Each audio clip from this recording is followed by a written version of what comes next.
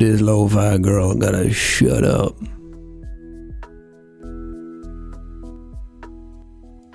She gotta go way down. Do you like my stream starting screen? It's very effective.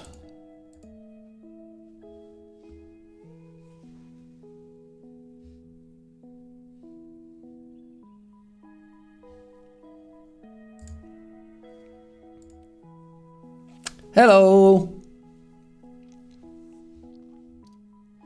How y'all doing? How do I stream again? I had to like update OBS and everything, and I didn't know if it would actually work because a lot of the stuff changed for it. But yeah, hello, hi, everyone.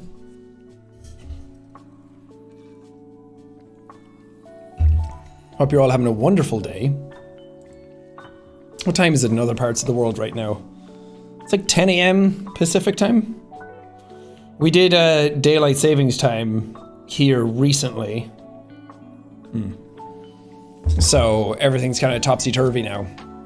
Normally I interact with people, because trying to schedule the stream for yesterday as well. Normally I'm like, oh, do it at 5 p.m. because that's when I normally upload. So like 9 a.m. your time, and then 9 a.m. Pacific ended up not being 5 p.m. here. So it was 4 p.m. here. I shouldn't have talked about time. It's been so long since I've streamed, I forgot that everyone is a bunch of monkeys in chat who just want to type their time. Oh, I've made a rookie mistake.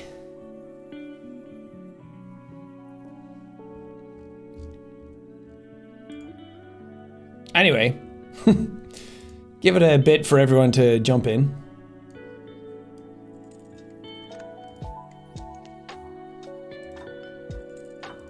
Is the volume good, by the way? As you can see, I still have a nasty cough. It's good? Okay, cool. I'm still sick. You probably can't hear it, but being an asthmatic and you get a respiratory virus, that shit slaps the shit out of your lungs. Definitely gotta stream more? I should. I just don't want to. Makes me anxious to stream. Whenever I stream and I see people interacting live, I'm like, oh, it's great. But then every now and then it's not, and it makes me anxious. You know, I'm sure anybody with anxiety in chat? Hardly. People who watch a YouTuber, they don't get anxious.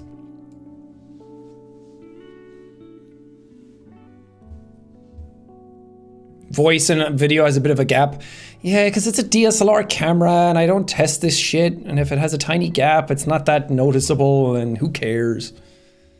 Anxiety and asthma? Double threat, double jeopardy right there. Same. ADHD, asthma, IBS, among other bowel issues. Health-based anxiety. What else we got? I got the whole shebang. Rocking a whole bunch of nonsense up in my body. Too powerful. Did you do the editing on the iris? I'll talk about all of that in a minute. And you guys can ask questions and everything. I just want to give people a chance to jump in and not talk about stuff immediately. But it's nice to be back. It's nice to stream. It's so different streaming on Twitch than it is on YouTube. Even yesterday, it was an absolute mess. Even with the longest slow mode on, I still don't know how... I guess it's just that's how chat looks when there's that many people. I mean, having what, 6-7K people here versus the 40,000 that were there yesterday, it's a bit different.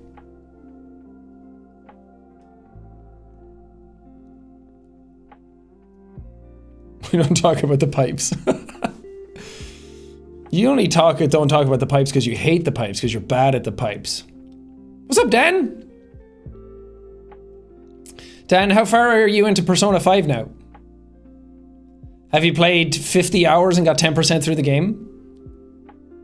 I tried playing Persona 5 years ago when it came out on PS4, and I remember spending 24 hours in the game.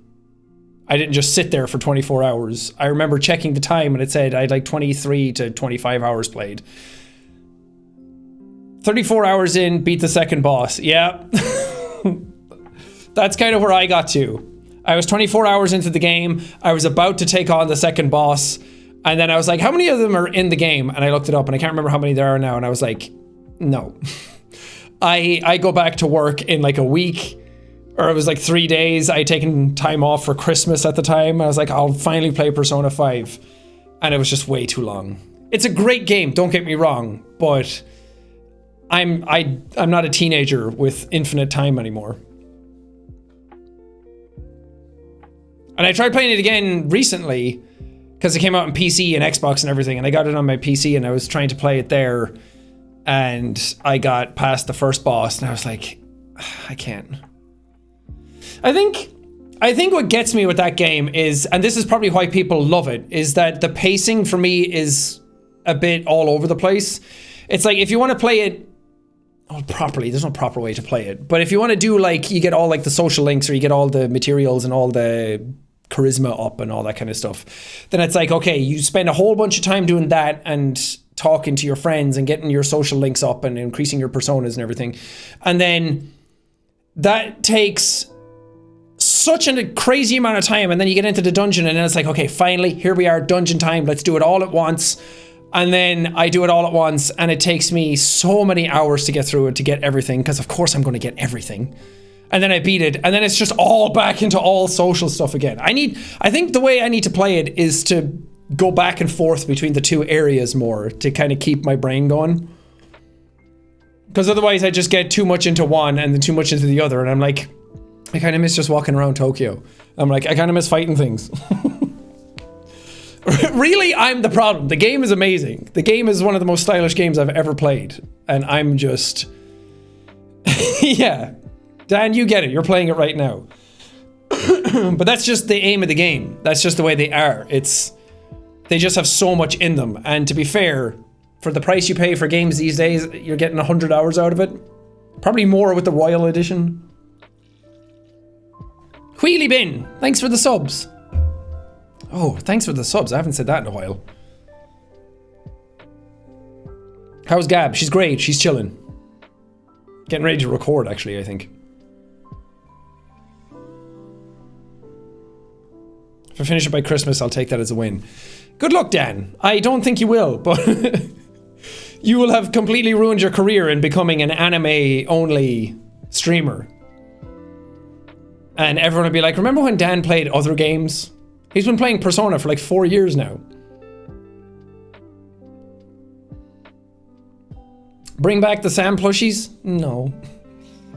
They had their time. If you didn't get a Jumbo Sam plushie, then you weren't a real fan. Don't you remember the tweets? No, they were comments, not tweets. They were made by a different company way back in the day. I'm not with that company anymore. Haven't been for a very long time. It didn't end well. And now I don't really do merch in general anymore. I'd rather focus on the coffee and cloak. I don't want to have like another thing that I'm making that is taking up so much time, and I have to promote, and there's so many other things to promote and brand deals to do and everything. It's too much. It's too many things. And I also just don't want more things for you guys to have to buy. A lot of merch just feels like, here's merch because I need to have something else going on outside my channel. And it's usually not something that's that amazing. Cloak I fully get behind, and coffee, because those are like, I have such a huge hand in those, and I'm in on them like all the time, and they take up a bunch of my time, and I really love crafting the stuff with them. But I don't want to have another merch thing alongside that.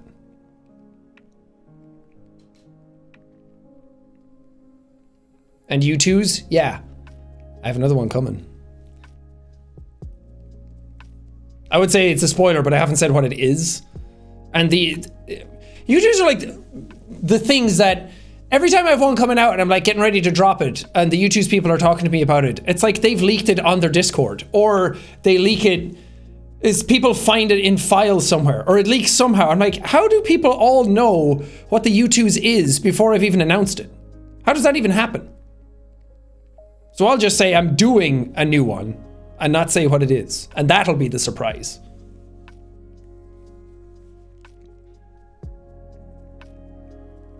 What are they gonna do? Get mad at me for saying that we have a new one coming out and making people aware that something's happening that they can buy?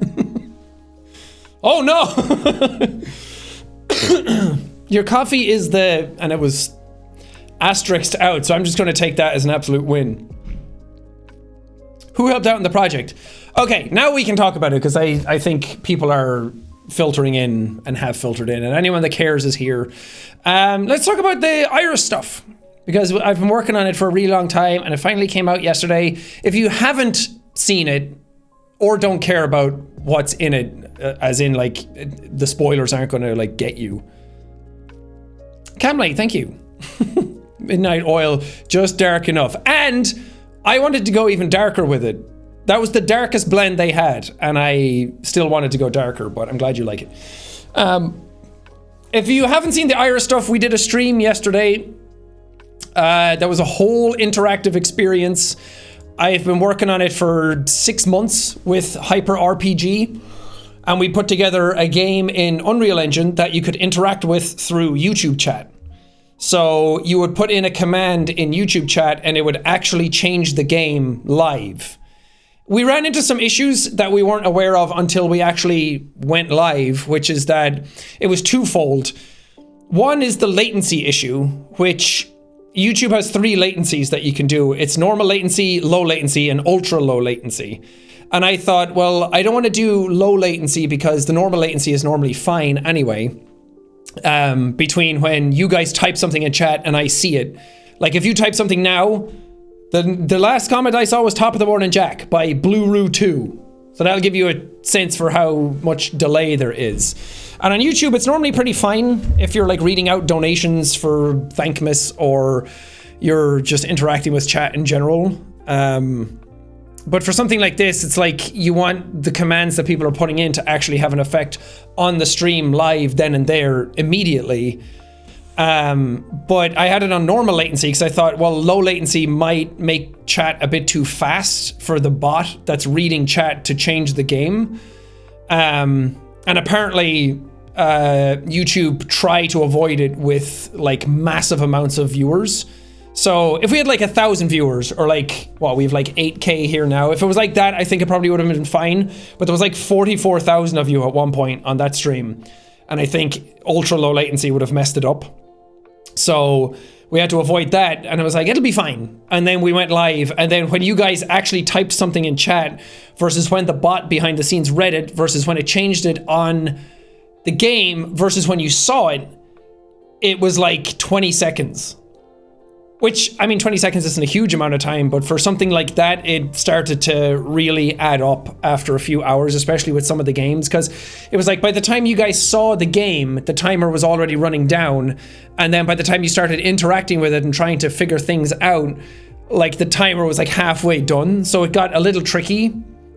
So we increased the timer like after the stream started. We were able to do that on the fly, and I was on calls with them for like the entire stream, going over it and making executive decisions all the time, being like, okay, change that, don't change that, increase the timer here, pause the timer, let them have a bit more chance to do it. Because it kind of got away from us a little bit. Yeah, we paused the timer on purpose. But the the problem with it was, initially, I was like, okay, I won't give people any feedback on what commands are doing what. Because the whole idea of it was, the whole game of what was happening wasn't the puzzles that you were solving. It was the social game to see if everyone in chat could work together to figure out what to do. So you guys were technically the game, not the game itself. So you guys interacting with each other was sort of like a social experiment. It was kind of inspired, well, it was inspired obviously by Overnight Watch that we did years and years ago. when people were typing like /zoom to see if it would do anything. And of course, back then it didn't because it was all pre-recorded. So this time it was like, let's do a stream like that, but actually have it work. And of course, we didn't give you /zoom because that would have been way too obvious. So people were typing it, and that was my way of trolling you. The whole thing was kind of a troll as well. But some people didn't take it very well. A lot of people were having a great time with it and were just there for the experience and had a lovely time. But some people then were starting to be shitheads in chat, and I was like, I don't want that. I kind of want the experience to be fun rather than frustrating. But as we were doing it, I was like changing stuff in the background constantly. I forget what I was talking about initially. Oh yeah, it was inspired by that, but also our place on Reddit, where people were able to put like a pixel, which I did like a video on YouTube as well for anyone who doesn't know what it is. So every like minute you were able to place a pixel, and I was like, that's such a cool idea to see what people do with free reign of this kind of thing. And I was like, let's not give people any feedback on what they're doing for the game, because I'm really curious to see what people theorize, what people think is actually happening, what commands are actually happening, will people curate lists for each other. But as it went, so a lot of people were doing that, and I saw people on the Discord were making like lists of like, okay, for this game, these commands actually work, for this game, these commands work. And that's really cool. That's what I wanted. I wanted to see people kind of curated, and then some of them we made a bit too hard, like a slide puzzle with 40,000 people doing it, as well as the delay. The delay is really what fucked it up. Because everyone was doing great, but once they realized the delay was happening, then it made the lack of feedback annoying. Whereas normally if it's like somebody types in something and if it changes, then you can kind of backwards engineer it. But the fact that the delay was happening meant that people were kind of getting frustrated with it rather than having fun. So about 2 hours into the experience, when you guys I think had one puzzle done. That's not even the craziest part. Okay, initially, the stream was going to last for 7 days. It was going to be way more complex. It was going to have way more bits to it. It was going to have way more puzzles, way more Easter eggs, and way more complex ways of figuring out how to solve the puzzles. And it was going to be that after every day you would get one of the videos and then the stream would close.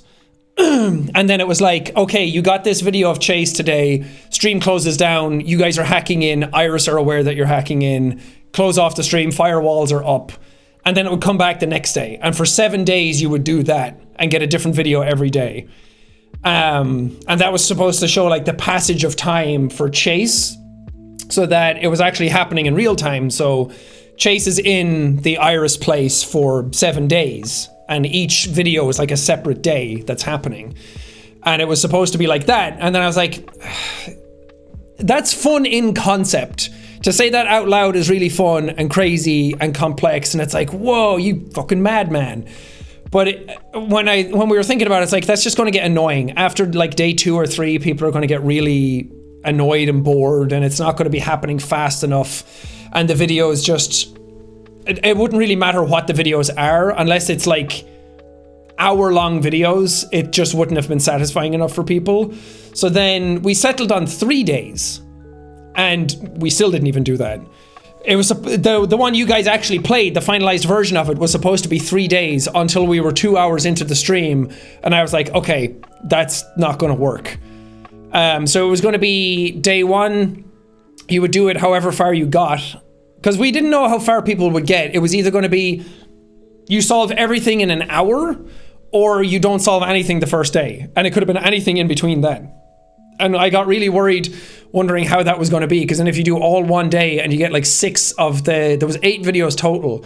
And if you get 6 of those, then it's not worth coming back the next day for 2. Especially since the last 2 were like the finale and the one before was just a setup for the finale. So... as we were live and seeing how people were interacting with it and seeing what people were responding to and seeing sort of the different... It was like 2 hours in, I was like, all right, how are people enjoying it? And then some people were having a great time and then others were getting a little frustrated with it, and then the lag was getting to us and we couldn't really change stuff on the fly. I would have had to close down the stream and start it back up again, and then we didn't know if that would work. So I thought, let's just kind of like speed things up. Because the other aspect of it, there was two things that were killing us as we were live that we didn't know until we went live, was the lag with how much you guys inputted stuff versus how much it was actually affecting the game. But then the second thing was automod on YouTube was killing so many comments all the time. Like, when you guys started the game, a lot of you were guessing letters for the password at the start to hack into the computer, which was great, because we made that one obvious. Like, there's a password, you either guess all the word or you guess letter by letter. That was fairly obvious what to do, so you guys got it pretty quick. But you started guessing letters like /A/B/C, and it was going to work as if 20... How many letters are there in the alphabet? 26, 27? Oh God, this is not knowledge you need to know day by day. But let's say 26, yeah. Let's say 26 people guessed A to Z, back to back, one after another. It would have typed out the password immediately. Well, not really, because it was HERE, so you would have had to guess E again. But it would have typed it out pretty quick. But Automod was flagging all of the like /A/R as like spam. Because I guess why would you type that in chat normally? So it started to like cancel out everyone's comments. You guys couldn't see it because that's how Automod works. It's the same on YouTube comments. If you type a comment, you never get to know if it's hidden or if it's not. So there was so many comments coming in that we were just, me and the mods were looking at it, and it was just like, you can show the comment or hide the comment, and it was just back to back, just streaming amounts of comments of people being cancelled out by the Automod, and we were like, great, didn't think about that. I think Cammy brought it up in the Discord like 10 minutes before we went live, and I was like, right, I didn't think about that. And I went into my settings and I was like, I can't figure out, because the other solution was to turn it off, but then you get like slurs allowed, I guess, or at least a lot more words that shouldn't be allowed. So it's like, we just have to guess and see. So we were like clicking show on all the comments that were coming through, hoping that the AI would learn and the machine would learn eventually to be like, okay, this is fine, we can let them through. And some of them got through. So some of you were actually interfacing with the password and actually putting in the letters. That wasn't us.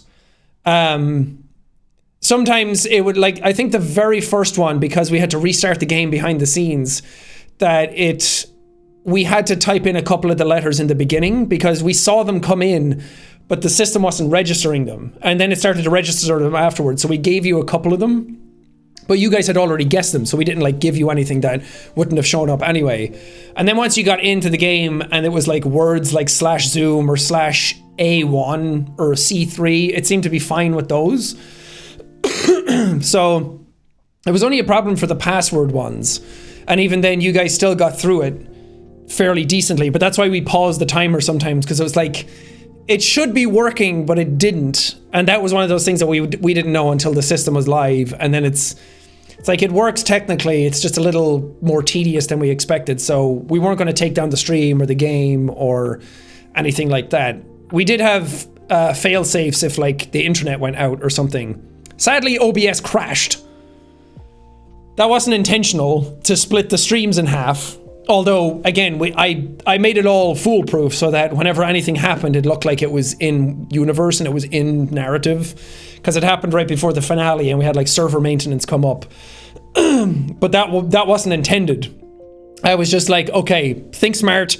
How do we make it look like that was supposed to happen? And then everyone thought it was supposed to happen, so great. But it wasn't supposed to happen. We triggered an effect in one of the rooms before you guys saw it to be like, okay, get ready to like show this to everybody, and it crashed OBS.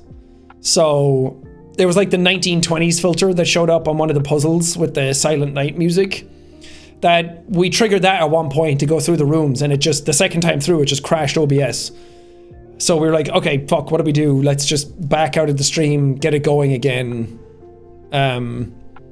I guess if it was to happen, that's the best place it could have. Either, yeah, because people were excited enough for the finale anyway, with Auntie showing up, that I guess if it was to happen, that's the best place to do it, because it built suspense. But whenever a stream goes down, no matter what happens, you will always lose a massive chunk of viewers.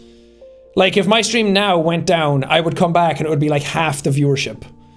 it's just what happens. Some people are like, oh, the stream's down, I'll just go about my day. And they realize that they don't actually want to be here. So when that happened, we lost like 10k people, but it was fine because it was like the end of the stream and we were going to wrap up anyway. And part of the fun of these that I like doing is when everyone talks to each other. It's not like, it was very obvious how lacking people's attention spans are these days when the game started. Because it was like a half hour in and people were like, can't we just have the answers? Like, this is so boring. This is so like dumb. Can't we just see the videos? I'm just here to see the acting. I'm like, because I'm coming from a place that when I grew up, I watched Lost. And that still like inspires a lot of the stuff that I do now, where it's like you got an episode every week. And then you spent all week, you got an hour episode. You spent all week talking to your friends. I call them the water cooler moments, where like on break, you would just talk to your friends endlessly. You would go on forums. There was no like Twitter and stuff back then. So you would just go to forums to see what other people were saying. And like the Lostpedia forums or whatever, you would go there to like look at theories that people were saying about what was happening and what was going on. And everyone was coming up with so many great things. And the longer people were left with it, the better the theories got. And then you would have a whole season end, and then it would be like a year before the next one, and everyone would do the same thing all over again for like 10 years of doing that. And then some people couldn't even last a half hour in that stream. Obviously, that's not everybody. The people who are really into it, and the diehards, and the mega theorists in the community, and the people who watch all that stuff and are super into the egos, were loving it. But it just kind of like soils the mood when other people are complaining. I'm like, man, it's just the modern way of people consuming content has kind of like ruined them, like the Netflixification of everything, where thankfully we're kind of moving away from that. Like Apple TV and Amazon and HBO still do weekly. So it's still just Netflix that's like, here's all the episodes, by the way. And even they're changing that. Like Stranger Things came out with like however many episodes, then stopped, and then came back with 2. And I think season 4 is doing that as well. It popped up on our homepage. I was like, oh, is the new season did they have a date yet? And then it was like part 1 coming February, part 2 March or something. I'm like, oh, so even you don't like that you dump everything at once anymore because you need to keep subscribers. So, I mean, this is not why I do it. Subscribers don't work the same for me, but the way like Disney and everybody have to keep subs paid is that you have to like space it out so you'll stay there and actually pay for the subscription. But I was like, I like when I release something and then people have something to digest, and it's not all the answers. It's not everything given to you. It's like small snippets. The story builds slowly. This isn't something that I'm like that thing we did yesterday is not the end product. I saw a lot of people saying it ends on a cliffhanger, and I'm like, yeah, this is like a stepping stone project to get back into it. I have like so many other versions of this project on the go already and talking about it that I'm like, this is like one aspect of it that I want to do like 4 other things as well next that don't all happen at the same time. Like it's a trickle out system. It's not going to happen all at once. I'm not a fan of when that happens because then there's nothing to talk about. It comes out, the internet all goes crazy for it for like 2 days, and then a week goes by, and then everyone's like, oh yeah, I missed that. And like the internet just moves on so quickly that I'm putting my foot down. I'm changing that aspect of the equation where I'm like, I can trickle it out for you, and then you're forced to have that conversation. So it's not like, oh man, that sucks, there wasn't enough. It's like patience, like relax, sit with it a while, figure out what the story means. I'm not giving you all the answers, and that's the point. It's fun to go away for months and like theorize with each other. That's why some of the stuff is as good as it is now, because it's been built up for so long that we've actually written a better story as a result of that. Like if I jumped back into this stuff after I did the first anti stuff and really like went hard on it then, I don't think the story would have ended up good. I think I would have gotten a lot of stuff out for the sake of it and done something that I would have been proud of at the time. But now I've taken time to actually like think about what it is. And Sophie, Turquoise Magpie, has been helping me like write a bunch of it as well. And I think what we've come up with is far more interesting as a result of that patience. So So all I ask is for, I mean, the people who are here watching this stream know that already. But all I'm asking is for your patience a little bit as well. To just sit with it, have fun with it. It's not all about getting to the finish line immediately. Like, this is something that I'm probably still going to be working on in like 5 years. That bits and pieces of it are still happening. Obviously, you'll get more answers as time goes on. I'm not going to keep everything from you all the time. Like who certain characters are and where they come from and what they're doing, what the motivations are. Like that stuff will come. You just need to wait. But yesterday's stuff, you got a shit ton of lore that we've never talked about before. And I uploaded something on Twitter. Or should I say Iris did? I keep thinking about that being like, how much should I keep secret and how much should I not? And how much should I like keep it in universe? And I'm like, people know it's me running the account.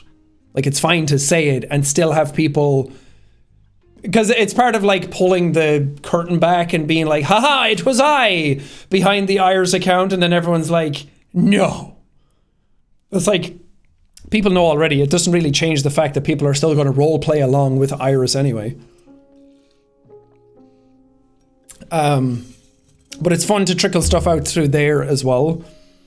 Eventually, I want to make a website for it where people can go and kind of like interact with different elements of it there. And guys, you have no idea. I have so many ideas for this universe. It's crazy. And I'm like, okay, one step at a time. I'm my own worst enemy because I want to do all of them all at once. And then I'm like, okay, that's the way none of them get done. Or take a really fucking long time to get done. So I'm like, okay, pick your battles. So this was one took a little longer than it was supposed to because certain things were like getting in the way, and making a game is not easy. To even get the most simple things implemented took a bit of time. So I had to pare back a ton of ideas to make it a bit more streamlined. And I'm glad I did, because I think it made the narrative a bit more focused and it kept you in that atmosphere better. Who's canonically running the account? Iris, duh.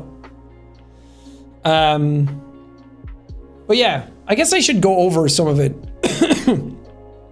as we, like, I can bring up some of it on screen. Can I don't know.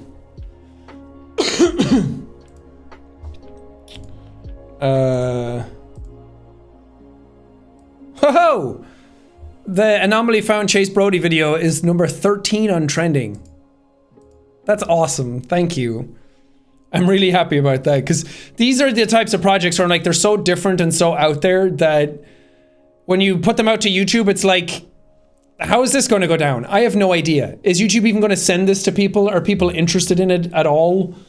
So you're kind of like throwing it out to the wolves to be like, it's up to you now to see what happens with it. It was the same with the stream. I'm like, either 100,000 people could show up or like 10K. It could be anywhere in between, or even less than that, or more than that. I don't know. And I guess that's part of the fun. But also I'm like, we worked really hard on this. It took 6 months of working. I spent, I think, like over $120,000 just making that stream happen, with all of the like game development, hiring all of the people to work on it, hiring all of the like live action elements of it, hiring people for cameras, lighting, sound, the set itself, like all of those different types of things. 6 months of game dev, hiring everybody, making sure everyone's actually like getting the time and the money they deserve for everything. Was like, I think that was what the initial budget was, but I think we went over it in the end because we rented out a second space. When we went to the space to rent it out, we initially rented out a police station, and the interrogation was going to happen there, or the interview, whatever you want to call them. But it was like an interrogation room. And then we went in and I was like, this is supposed to be in like Iris, and Iris is a more like cold, sterile environment, and it's not like, it's not in like some random room you can like walk into Iris and like walk down the hallway and then it's there. Like, it's obviously several layers removed from that because of what's going on at that company.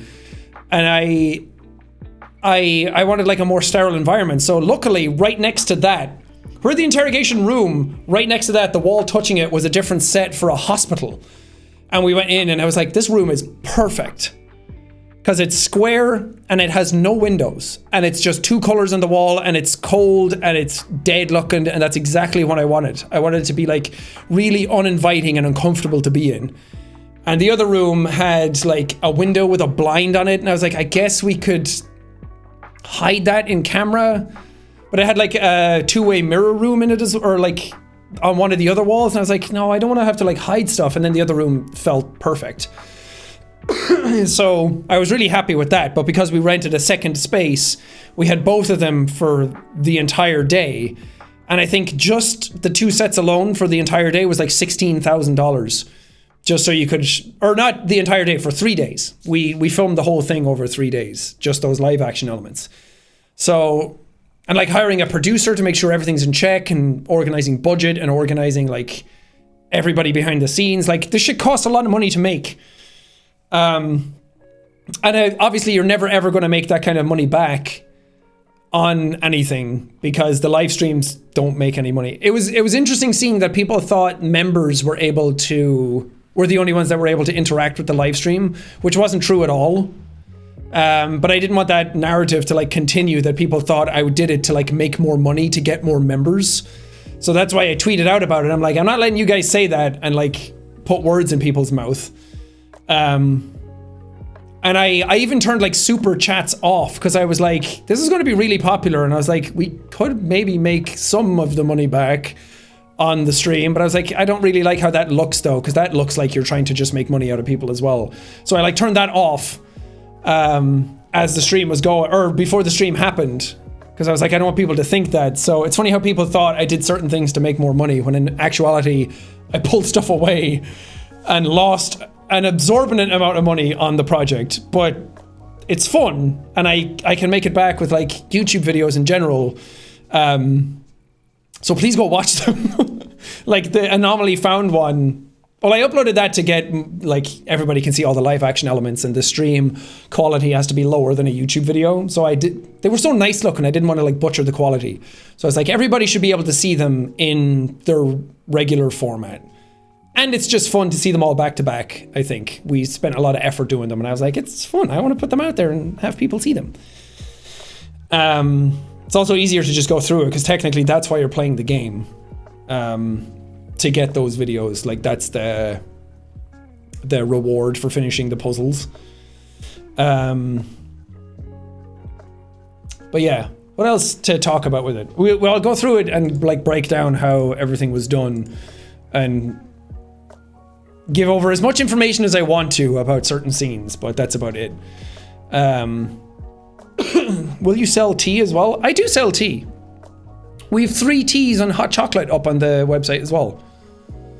But I'm also excited about coffee for next year, because we've been working on a sort of rebrand in the background. Just visually, everything else will stay the same. Like the coffee is the exact same, the beans are the exact same, the hot chocolate. The tea flavors, I think, are probably going to change eventually, because they're easier to change than coffee. And I don't know, there's so many more types of tea than coffee that it's more fun to like change them around, I think. But we're gonna spice things up with the coffee next year, and I'm very excited about it, because I think where we have it at right now is very cool looking. Seasonal rotations, yeah, that's also a thing, because like sometimes, like coffee is kind of an all year round sort of thing, but sometimes in like Christmas you want a different tea than you do in like summertime. You don't want like a really heavy tea, like a winter tea, when you want like a summery, fruity kind of tea.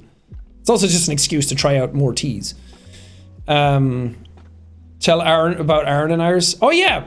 So, God, Aaron is an absolute fucking champion, because it was initially supposed to be somebody else playing the character. And I'm not going to say who, because people will then just be like, yo, that would have been better, or Aaron did so much better, that person would have been so much worse. And I just don't want people doing that, because it's unfair.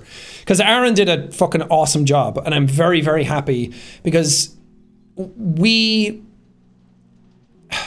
something, I'm not also not going to say what exactly happened because I think that will point to who the person is. But something happened as we were on set, and that person couldn't come to set anymore. They couldn't like be part of the project anymore. And we were like, fuck. And that was like, as I was like getting ready to film the first scene, we were like, what am I supposed to do now? So we thought about other people that would jump in it, and I'm like, who's the type of person I need for this character who's able to be like authoritative, has a great like commanding voice. And no, it wasn't going to be Mark. Mark was there helping be assistant director. So anything I needed done, I was like, he would come to me and be like, what do you need? I'll say, okay, this shot should look like this, this, and this, because I was like the overall director of the project. And then he'd be like, okay, got it. And then he would go off and tell the crew. So that's what an AD does, an assistant director. And he was very helpful, didn't step on any toes, did exactly what I wanted to do, was very, very, very good about it, very helpful, very good AD, very thankful for him doing that. And he like pushed certain scenes as well differently, because I had never done a production before, so so he was your bitch. I mean, technically, yes, but also he was very helpful. Because I have to be like on camera and like sitting there and waiting and like directing stuff while being on camera at the same time. So it's a little trickier. So I can't like get up out of scene when I'm supposed to be there for like focus tests and lighting tests and everything. And then I'm looking at playback to be like, okay, that's good. So it's like you need your AD there to be like, this scene is happening like this. Here's the script. We go through it beat by beat. And then he's like, okay, got it, goes off and tells the entire crew. So if lighting changes need to happen, focus changes need to happen, they're all aware. So it's a little trickier when you're actually on camera and directing at the same time. So he was very helpful in that role. But also because Mark and I have our own universes for things separate, we both agreed that we shouldn't have him show up on camera, because then people will just connect the universes together, which is not the intent, because they're not connected together at all. So because again, Mark would have done great. He's also a commanding voice. He has that, he like went through the scripts and everything with me, so he knew what was needed. But at the same time, he wanted to assistant direct. I also wanted him to do that. We didn't want to like, because it would have been easy, right? It would have been easy to just be like, throw Mark in there, everyone goes crazy, and then everyone like makes up their own theories about it. And it would be great for like traction on the stream and the videos and everything. But I just didn't want to like, cross-pollinate the worlds. Or people would come up with that, and then you'd have to be like, no, it's not like that. And then people would be like, well, what if? Just to keep things a bit more cohesive and keep people like in the universe more and not distract as much.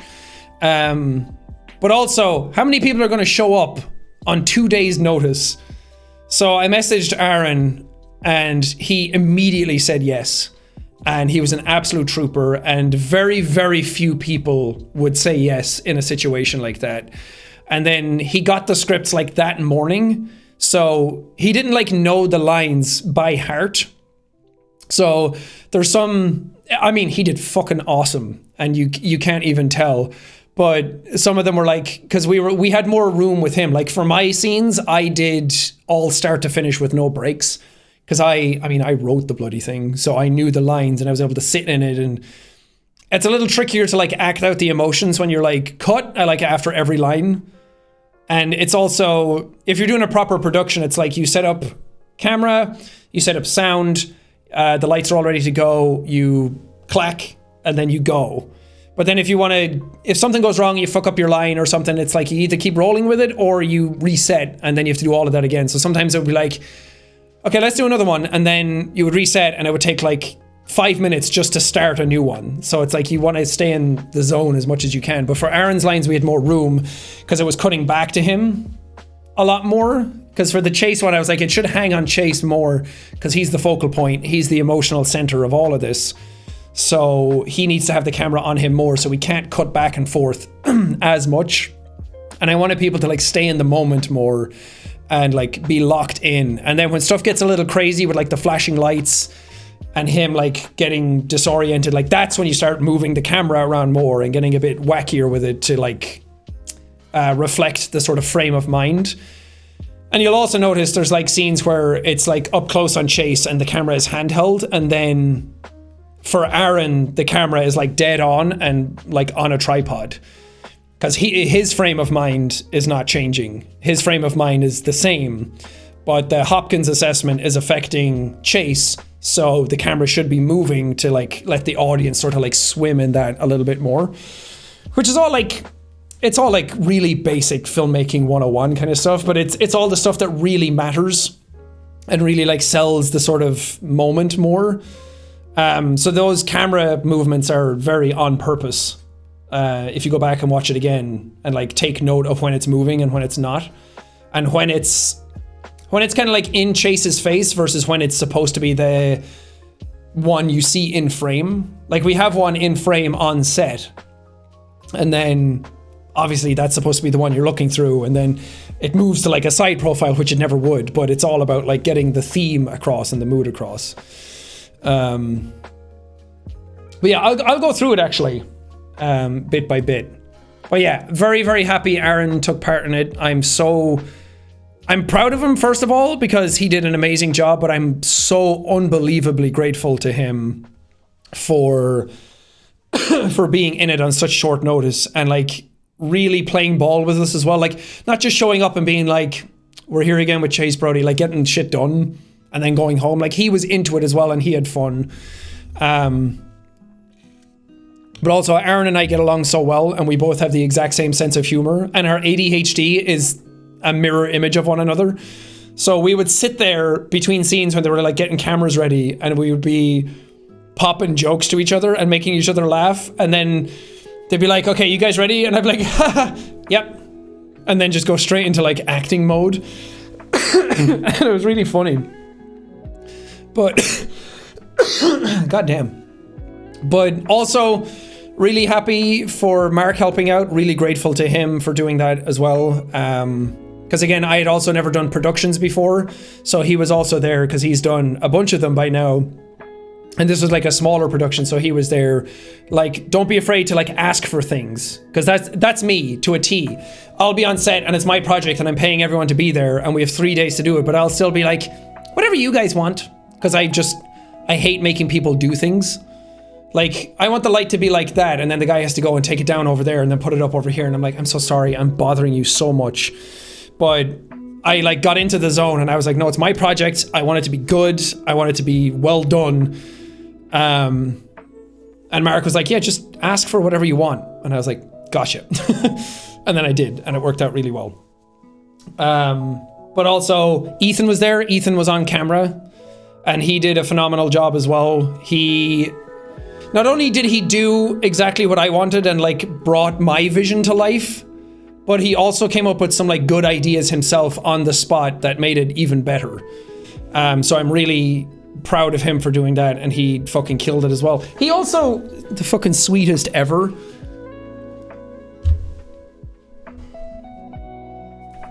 He also bought me this, which after it was done, he bought me this, which was like directed by Sean McLaughlin, Jacksepticeye, the Irish project. This is not the one from set, because those are just, somebody owns those and you just write whatever you want on it. But this is like a take one. And he bought this for me without me knowing. He was just like, just be aware something might arrive on your doorstep. And then like 2 days later, this came, and it's so nice. He's such a good gift giver. And I'm so unbelievably happy that he got me this, because I wouldn't have thought to get something like this for myself. And I really wanted something to commemorate the project for myself. So now I get to have this in the background all the time, and I'm so fucking happy about it.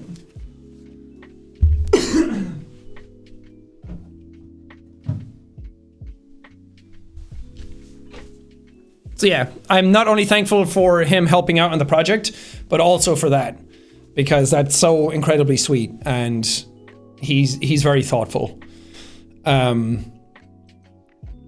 yeah, very happy with everybody else that was on set. Everybody was so like fun to hang out with. and they were really hard workers and just did exactly what we had to do. We only had 3 days to do it, and we really bumped up against the clock to get it done.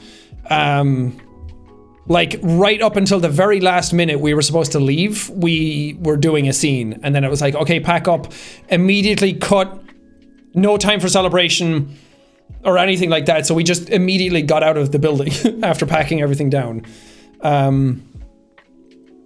So very happy with how it all went. Hyper RPG. If any of you watch Kolok that Ethan does, they do that as well. They did all of the like command stuff for the stream and ran the stream themselves. So I just gave them my stream key and they streamed it from LA. But they also made the entire game from scratch. Well, most of it from scratch. Some of it was like Unreal Engine Marketplace kind of stuff for where we needed it, because it was like, what's the point of making this from scratch if it already exists? So they did a phenomenal job as well, and I was on call with them all yesterday during the stream as well. And that was the thing, as we were live, it was like supposed to be 3 days, and then I was like, let's not. I'm like, I don't think it's going to be fun enough for 3 days. There's not enough. I don't know. It felt like there wasn't enough in it for 3 days. The mega theorists would have loved it, but I think for casual viewers, I'm like, I just want it to be fun, not annoying. And we didn't know that until we were doing it as well, and we got a better sense for the pace of it. And I was like, it's actually better if we get the videos out faster than just having it all take place over 3 days just because we said so. What about the turtle? The turtle was an Easter egg that Sophie came up with. To just have him walking around in there. So it was really fun. And then one of the puzzles, there were a couple of things that went wrong. The slide puzzle solved itself. We don't know why. That's game dev. We were testing the game like 3 weeks ago, and the mods were like, whoa. The mods were getting in and testing it out. So if any of the mods were pretending they didn't know what was going on, they're fucking filthy liars. They knew exactly what was going on. They saw the whole thing before it actually happened. Dirty bastards. So they, well, I'm very thankful they did, because they were bug testing the game for like 3 weeks leading up to it. And they were like trying out all the commands and like spamming chat to see what worked and what didn't. And it was, some of it just broke a lot. Like the camera wouldn't move, or the screen would go blank, or Unreal Engine like assets would just be shown. The camera would go way back and you would see it was just an Unreal Engine level. The Unreal Engine like light nodes would show up, so you'd see like behind the scenes a lot. And then just Hyper RPG worked their asses off and really like crushed the troubleshooting on it and made it work really well. But the slide puzzle, like even we tested it 2 days ago, or 2 days before yesterday, and some things like went a little bit wrong. Nothing that we couldn't fix, but it was like some assets would like show up wrong, like 2 like camera nodes. And then I was like, why are those there? We don't know. Get rid of them immediately. And it's fine. And it would have been fine if it happened, because people understand that things go wrong and nothing's going to be perfect unless it's all pre-recorded. But the slide puzzle solving itself wasn't supposed to happen. And we don't know why it did. We just cut to it and you guys went like zoomed in on the slide puzzle and we were like, why? And I was like, the turtle did it! Move to the next scene! So it was supposed to be that you had to solve every single room to get the puzzles, or to get the videos from the puzzles. But as we were playing it, because the chat lag was kicking in, it was like, okay, that slide puzzle is never ever going to be solved unless there's only like 100 people in chat. Because the mods solved a lot of them. Some of them they didn't solve. The sound off mods, which ones didn't you solve? Which one was your least favorite to try and figure out? Which ones made you feel like big dum-dums, basically? Yep, lock puzzle. Tic-tac-toe. Okay, full disclosure, I myself couldn't beat the tic-tac-toe. With infinite retries. I couldn't figure out how to beat it. I can't remember Mods, which one of you guys figured it out? I think you guys solved it twice in total, maybe more. But you guys solved it miraculously, and I was, Meg beat it. And I was like, I don't know how you did that. I was looking up videos on how to beat tic-tac-toe. And I was like, okay, I think I get it. And then I tried it out, and it didn't work. So, a bit of a secret. As you guys were playing it, you were playing tic-tac-toe, it was proving way too hard, and the lag was ruining it as well. I was like, we could just give you infinite time doing it, pause the timer, or just keep coming back to it, and eventually you probably would have brute forced it. But a lot of people, because of the lag, didn't know which one they were doing. And I was like, damn it, it would have been obvious if the lag wasn't there, like what interfaces with what. But because of that, we literally made the AI dumber.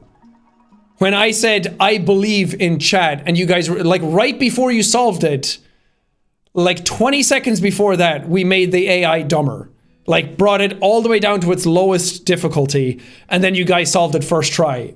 And I was like, okay, it shouldn't have been that easy, because the engineer for the game was like, well, they're all pretty difficult. And I was like, well, shouldn't we just lower it to the lowest one then, if it's still that hard?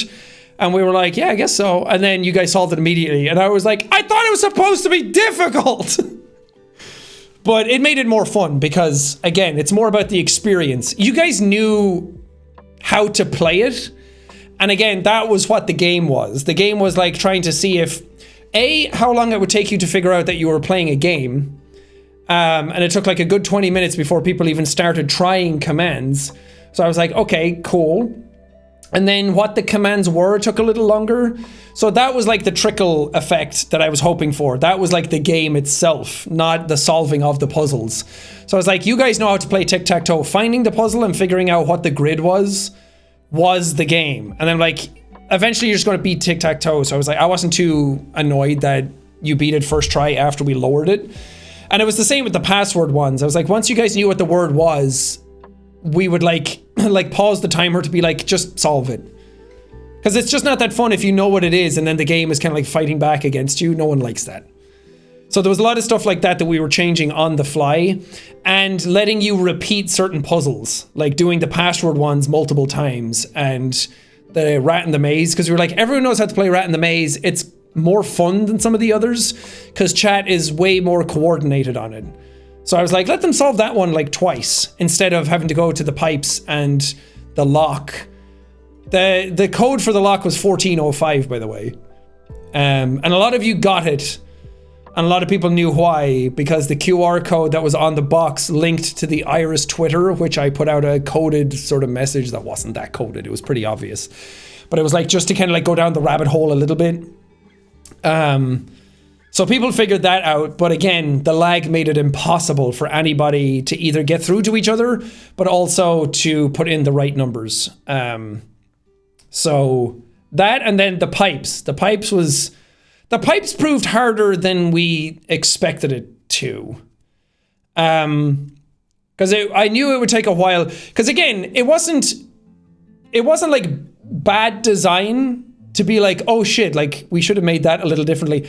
I made it intentionally obtuse because they came back to me and they were like, should there be feedback for when people put in something to let them know what is actually happening? And I was like, no. I want it to be chaotic. I want it to go absolutely wrong. I was like, if people solve nothing, great. But as the game played out, it didn't really go as intended.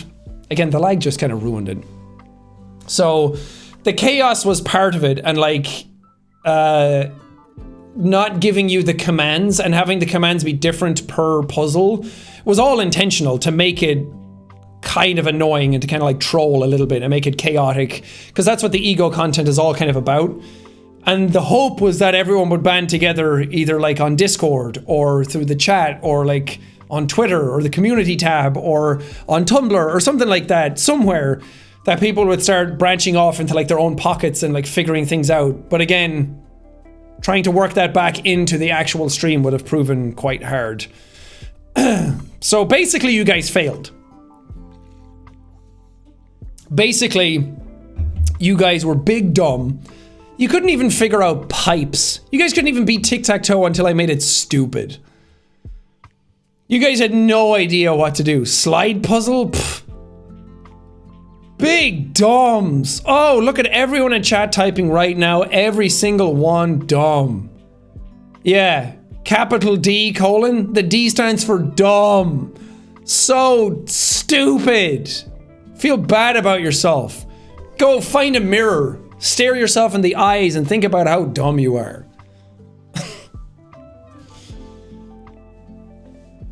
Look, I couldn't solve tic-tac-toe either on my own, but there was 40,000 of you and you couldn't even beat it.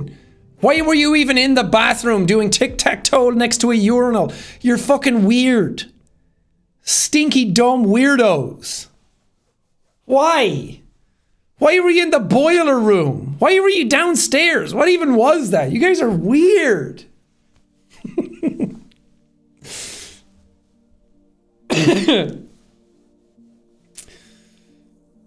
But yeah, it was very fun. I had an absolutely wonderful time watching everybody try to decipher what was happening. So for anyone who's like, Jack's probably laughing at us behind the scenes. Yeah. I was having a great time. Though I was very anxious at the same time because I'm like also trying to make it still be fun for everybody. And also it took so much time to do and I was hyping it up so much. I was like, I want it to go well. I want people to know that it's actually happening. So I was very anxious at the same time. Like a good kind of anxious, you know, like nerves, like you're anticipating this thing for so long and you're kind of just sitting there waiting for people to figure things out.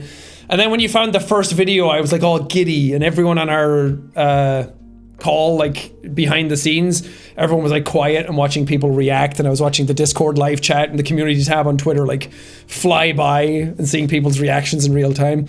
It was super fun. So thank you for making it really, really fun like that. Just a wonderful experience from my point of view. So I hope you guys had fun as well doing it. Because also not many people have tried things like that. There've been some people that have done some really complex things like on Twitch. But as far as like YouTube goes, because we also had to like talk to YouTube a lot about the stream to make sure that certain things went well. I'm not going to talk about exactly what we asked because I don't know if I'm actually allowed to talk about what we did, but there was some things behind the scenes with like how chat interacts with the stream that I legit had to talk to YouTube about before they thought like something wrong was going on the channel. Like having 40,000 people suddenly out of nowhere all typing in commands and then behind the scenes they're like, is he being hacked? What's happening? So we had to avoid things like that. But not many people have done fully interactive things, especially not like building a game and then making it fully interactive for your chat to interact with. So I'm very proud of what we accomplished. What was the room with the generator in it with the lasers thing? I don't know, you tell me. What was it? It's a big building. There's a lot of rooms. A lot of science labs going on. What science were they doing? I mean, I know, but I'm not telling you. Did I film behind the scenes footage? No, because we were on a pretty quick schedule.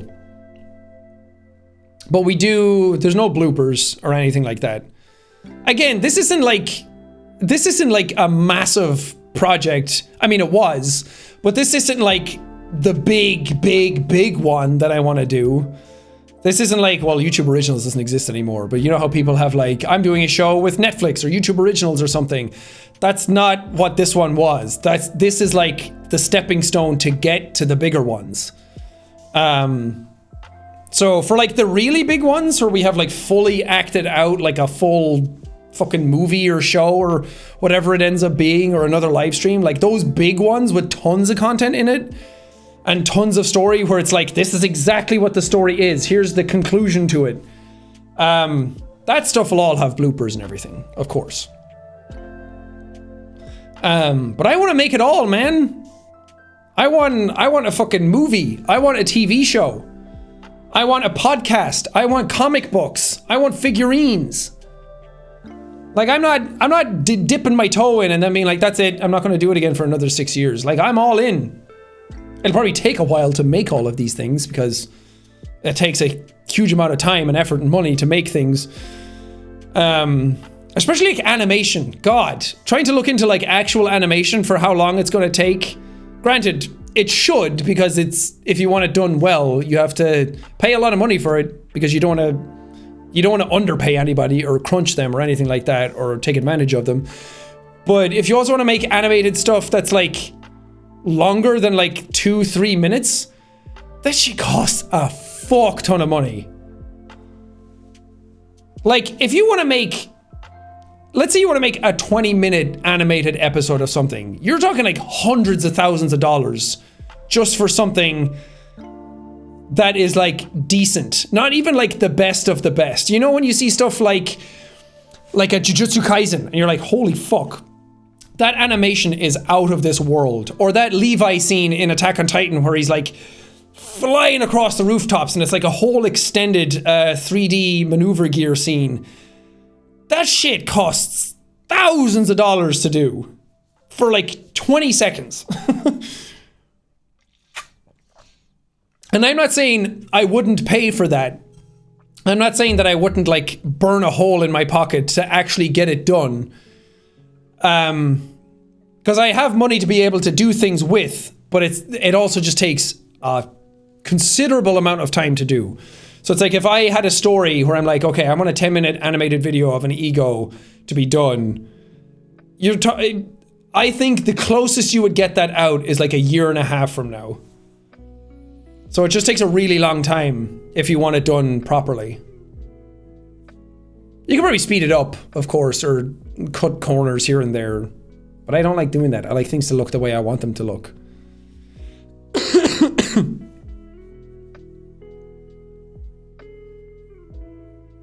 Am I going to make a choose your own adventure style game? No, I'm not going to do that for like the ego. I'm like a big project like that. I know everyone asks because that's what Mark's one is. I know everyone thinks that, oh, Jack's probably going to do one as well, but no. It would just feel too similar, and I have like certain stories in my head that I want to tell, and I feel like a choose your own adventure doesn't get that point across. I don't know, I have a very like specific type of story that I want to tell, and having a choose your own adventure means that you have to deviate from that story some way or another. You can come back to it for the conclusion, but I don't want to deviate from my story too much. We talked about having a choose your own thing for the game that we did and like working that into it, but I mean, technically you were choosing your own thing. But when I say that, I mean like if I ever do like a TV show or a movie style thing for this world and universe, that won't be a choose your own adventure. But it doesn't mean like a one-off video can't have it, you know? I guess it's not a one-off video if it's choose your own whatever. But like one of the smaller parts of the story, one of the smaller like rungs of the ladder. I don't know. It's hard to say like, no, I'll never do this, because then some idea comes up and it's like, actually that works perfectly for that. And then you just roll with it. So fuck it, everything's on the table. I'll just say there's no plans to make one of those now. But yeah, let's watch The Thing, shall we? Actually, I just have the video. I can just play that and make it like full screen.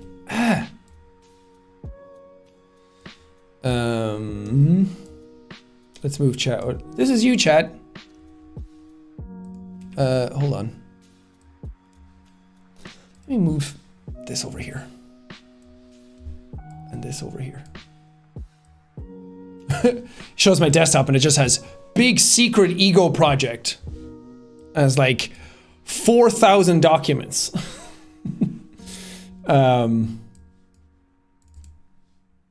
Oh, full screen. Whatever, it doesn't fucking matter. That's you, chat. There you are, right there. This is what I'm saying right now. So if you type something in chat and you see it go by on the screen, that's your delay. Hi, Mom.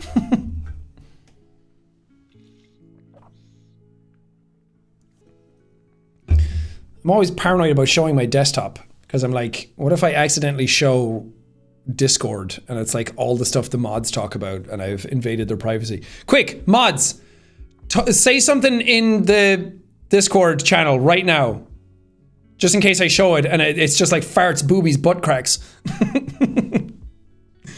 Instead of like all the mods normally write like, God, I fucking hate chat. This person is so annoying. God, I wish Sean would just fuck off. You know, God, they're the worst. They write such awful shit all the time. So I'm really just shielding the chat from the garbage that they write. Anyway, bye-bye chat. Wait. Silly lo-fi girl has to go away as well. But yeah, this is the file for the actual project. How do I, there we go. So interview 1. I don't know if we should watch it like start to finish and then talk about it, or just pause and unpause as we go. I don't know what people prefer. Let's just watch it start to finish and talk about it a little bit, and then we'll pause and unpause afterwards. We can just do both. The date is October 18th, 2019. Chunk Brogy! Can you say your name for the record, sir? Chase Brody. Mr. Brody is a 5'8" white male, mid-30s. He was described as having appeared out of thin air by a passerby on the top level of a parking garage. Mr. Brody, can you tell us how you ended up at this location? I have no idea. I mean, 1 second I was one place, and the next thing I know I'm somewhere else. Wait, what's going on? Where am I? You're safe, that's all you need to know. So you don't have any recollection of how you got here? No, I have no idea. Subject has no recollection of spatial transition. Wait, excuse me? Subject? Apologies. What do you remember, Mr. Brody? I was in the woods? woods? And then I wasn't. In the woods? What were you doing there? His voice is like my voice! Not important. We will decide if it's important or not, Mr. Brody. What were you doing in the woods?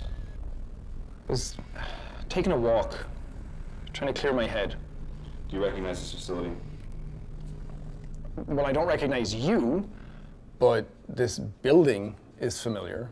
It's like I've been here before. Mr. Brody, I assure you that you've never been to this facility before.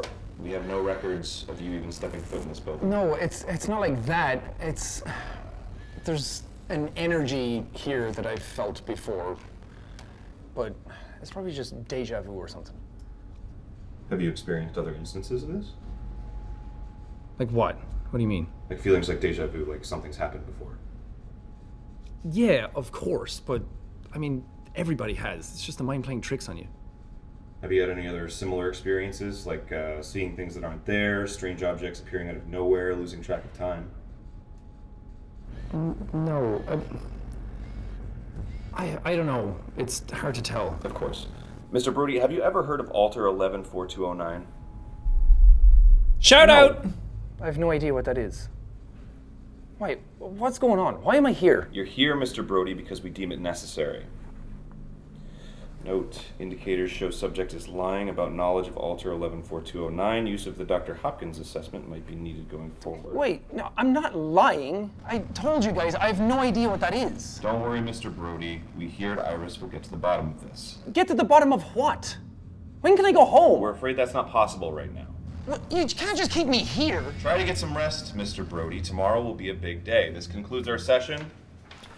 How are you gonna rest in a room like this, huh? Oh, Chonk. Chonk brogy. Yeah, I guess we can go through like piece by piece. So this, for anyone who doesn't know, this takes place right after the Chase short that I did years ago. If you haven't seen it before, it's just called Chase in all capital letters on my channel. So go watch that and it'll like tie into this. This is like directly after that because he talks about sudden spatial transition, how he arrived at the top level of a parking garage.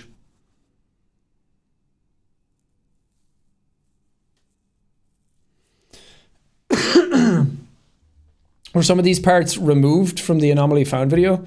No. I mean, this is literally the file I uploaded to YouTube. I'm just playing it locally. It should be the exact same. You probably just misremembered it. VLC Media Player is the superior video player. On Windows these days? Absolutely. Their regular player fucking sucks. Recollection of how you got here. No. I actually should just pause as I'm going. Sorry, I've made an executive decision to go against exactly that because otherwise I'm going to go back through it and I won't want to watch it all again because I just have my brain doesn't let me. I have no idea. Subject has no recollection of spatial transition. Wait, excuse me? Subject? Yeah, the spatial transition doesn't affect him, but the subject part, he's like, hold on a minute. What do you mean? But it's more to be like, that's how Iris would address somebody. You'll notice as well, as we go on, I get like more and more makeup to make me look incredibly tired. Apologies. What do you remember, Mr. Brody? I don't know why I like the way Aaron says that line. What do you remember, Mr. Brody? It's like, there's like a wave to it that whatever. I was in the woods. And then I wasn't. In the woods. What were you doing there? It's not important. So the last time we saw Chase in the woods, right before he arrived at the parking garage, what was he doing? Drinking whiskey. He sure was. I don't know. You guys tell me. You tell me how much you're paying attention. The lore. Crying as usual. How fucking dare you? He's sad, okay? Visiting graves. Mourning. Grieving. Putting down stock photos on top of stones. All of the above is correct. Decide if it's important or not, Mr. Brody. What were you doing in the woods? I was taking a walk. Trying to clear my head. Uh-oh. Do you recognize this facility? Well, I don't recognize you, but this building is familiar. It's like I've been here before. Mr. Brody, I assure you that you've never been to this facility before. We have no records of you even stepping foot in this building. No, it's not like that. There's an energy here that I've felt before, but it's probably just deja vu or something. Have you experienced other instances of this? So the whole like been there before, that's up to you guys. I'm not giving you an answer to that. But the deja vu line is my little like reference to the Matrix, because they talk about deja vu and that he sees like a black cat go by and he's like, huh, deja vu. And they're like, excuse me? Like in the Matrix, deja vu doesn't happen. So in this world, in this universe, deja vu has an explanation. There's like a scientific logic to why that happens, but I'll never tell. What? What do you mean? Like feelings like deja vu, like something's happened before. Yeah, of course, but I mean, everybody has. It's just the mind playing tricks on you. Have you had any other similar experiences, like seeing things that aren't there, strange objects appearing out of nowhere, losing track of time? No. He's losing track of time right now. He doesn't even know what's going on. I don't know. It's hard to tell, of course. Mr. Brody, have you ever heard of Alter 114209? Boom, baby. Also, I've seen a lot of people write it Alter, A-L-T-E-R. It's A-L-T-R. So it's an acronym It actually means something. It's not just... It's just shorthand said alter, because no one's going to be like, have you ever heard of ALTR 114209? So ALTR stands for something. In this universe. So if you're ever writing it again, technically it's that. No, I have no idea what that is. And as we later find out, Alter 114209 is anti. Wait, what's going on? Why am I here? You're here, Mr. Brody, because we deem it necessary. Note, indicators show subject is lying about knowledge of Alter 114209. And that line is there again to... There's supposed to be like a clear delineation. We don't show Aaron's face in the first clip because you're supposed to be cut off from this character. You're supposed to like feel how cold he is, how distant he is, how he's not interfacing with Chase properly. He doesn't really see... He's not empathetic towards Chase, hence why he calls him subject again. Like, he apologizes for calling him subject the first time, and then he calls him subject again, and it's like, oh, you're clearly not listening to him, and we're not seeing his face. So it's not that there's like, oh, big reveal, it's Aaron Hansen. It's more got to do with making Chase the focal point in the first video, so you know what you're supposed to be paying attention to. And the Iris people clearly don't give a fuck about him. Use of the Dr. Hopkins assessment might be needed going forward. Wait, no, I'm not lying. I told you guys, I have no idea what that is. Don't worry, Mr. Brody. We hear And then we hear that there's a Hopkins assessment coming. Which I didn't realize. If you search for like the Dr. Hopkins assessment is a real thing apparently. But I made up the name myself. I didn't Google like something and find that and then be like, oh, that works perfectly for this. So if you find the Dr. Hopkins assessment online, it has no connection to this one. Dr. Hopkins is someone who worked at Iris who made an assessment for people who have had interaction with alters. So... I don't want people going out like making a theory being like, oh, it means this, because I have no idea what's in the actual Hopkins assessment, and there could be something in it that is like disrespectful or shouldn't be mentioned, or like talking to somebody about it that's gone through loss or something. Like I have no idea, so I don't want to connect those at all and then have people go like, I can't believe Jack put that in his project. That's so fucked up. This is for like victims of XYZ, and I'm like, I have no idea. I literally have no idea what it is. I just Googled it and then saw that it was a thing, and I was like, fuck. But it's already recorded here in this, and Dr. Hopkins is like a person in the Iris universe, and I'm like, I'm not changing it. But I do want to say it's a fall risk assessment. There, it makes sense. It's all connected, guys. No, it has no...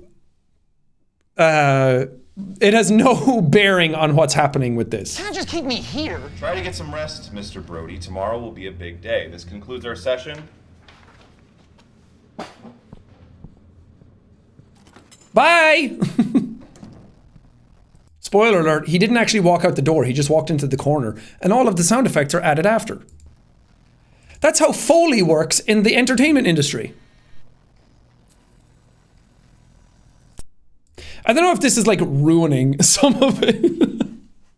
Is this like this? I mean, I guess you guys want to hear everything about it. And I'm just always fascinated by how these things are made. And every time I see people talk about how they made things, that sometimes is more interesting to me than the actual thing. So I'm just going to keep divulging as much as I want to, of course. Now we get to see him. Also, this fucking patch would not sit on him. Once you see it, you'll never be able to unsee it. It would not stay on his fucking jacket. And in between every sentence he said, I'd be like, can you tap down your thing? Thanks. And he'd always be like, fucking, and it would be fine. And he'd get a line out, and then it would just come back, and so annoying. The date is October 19th, 2019, and we are interviewing Chase Brody again. Use of the Dr. Hopkins assessment has been approved. Good morning, Mr. Brody. Is it? Look how disheveled he is. He's been there for a whole day. He's pissed. We're gonna ask you a series of questions to determine your state of mind. Now keep in mind we can detect if you're lying, so please try to answer truthfully. You okay with this, Mr. Brody? So they can detect when he's lying because if you've seen the Watcher video on YouTube, that's like their camera systems are that advanced that they're able to actually like sense when you're lying just through the camera.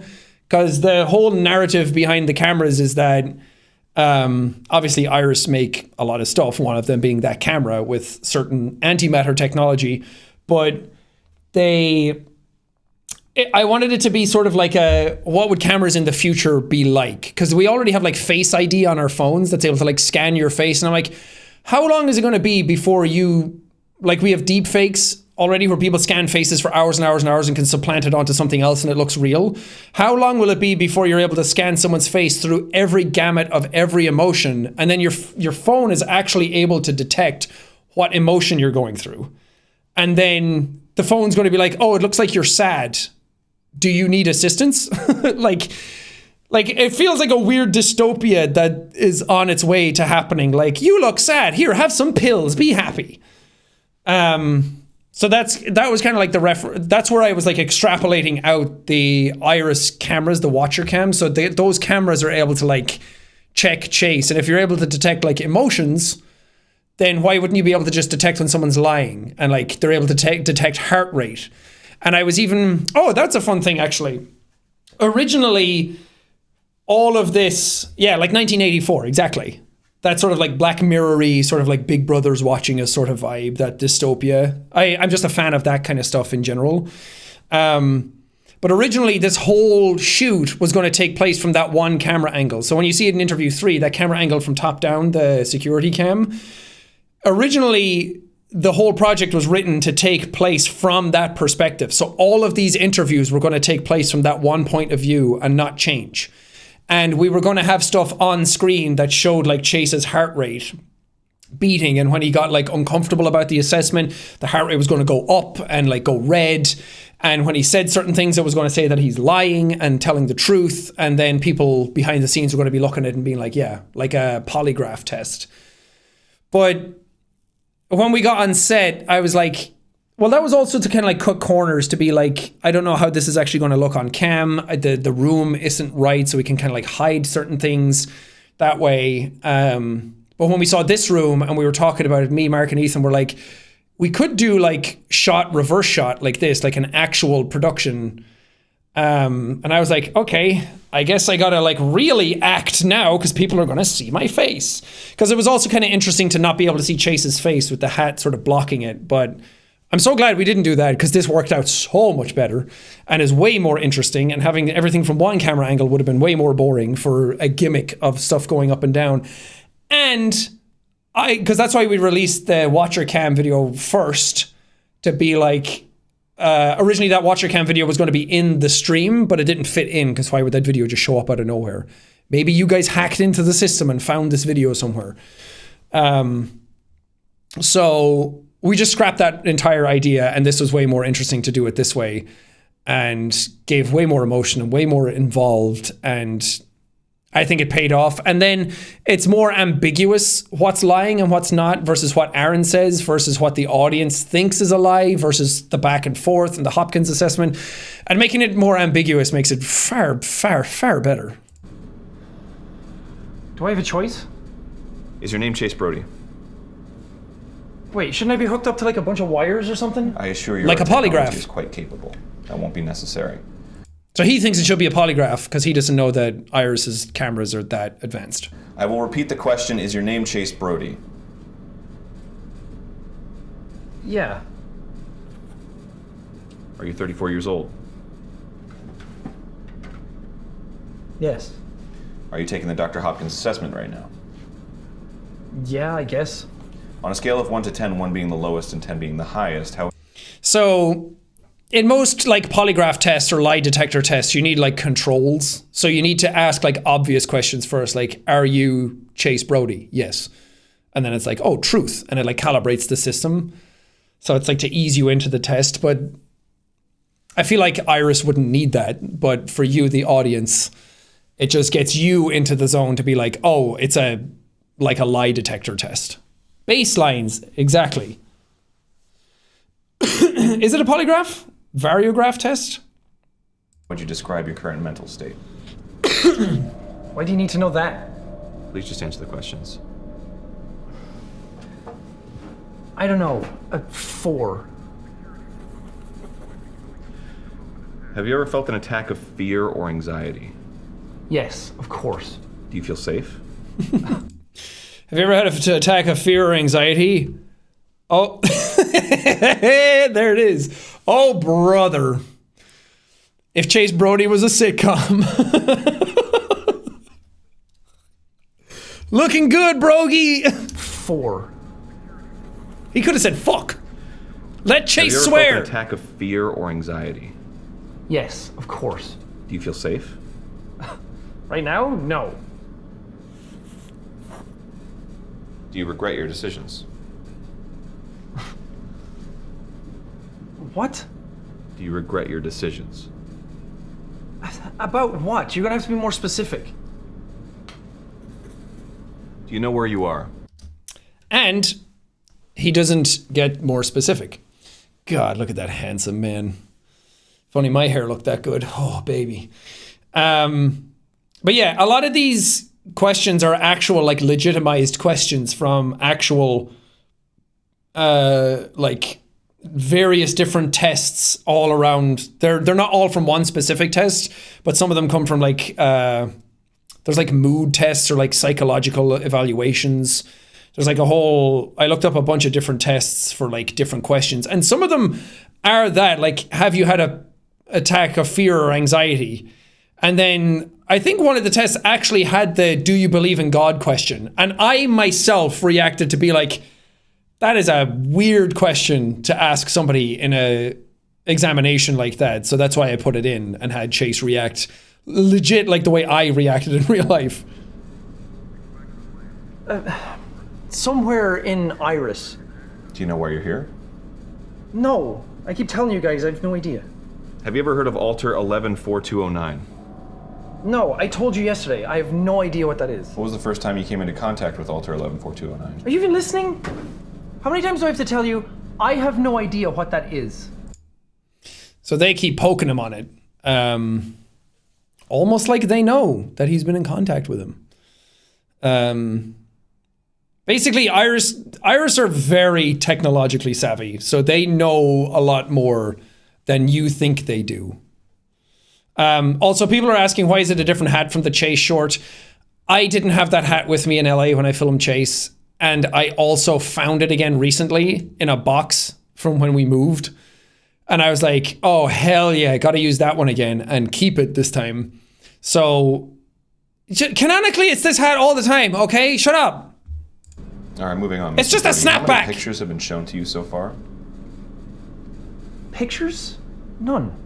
How many sounds have been played for you? None. Are you easily startled? No. I mean, maybe, I don't know, it depends on the situation. What's the worst pain you've ever felt? I don't know, I can't remember. Do you believe in God?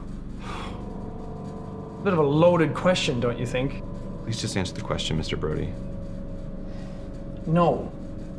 I mean, I used to, not anymore. Do you believe in life after death? Okay, no. This is ridiculous. No, I'm not doing this. Ridiculous or not, please just try to answer the question truthfully. Do you believe in life after death? No. Have you ever experienced a terrible occurrence that has impacted you significantly? No. Have you ever lost someone close to you? Okay, look, I've answered all your questions. I'm not doing this anymore. We're not done with the assessment yet, Mr. Brody. Have you ever lost someone close to you? I don't care if we're done with the assessment, okay? I'm not doing this. Have you ever lost someone close to Yes! He Angie. I lost the only 2 people that ever mattered to me.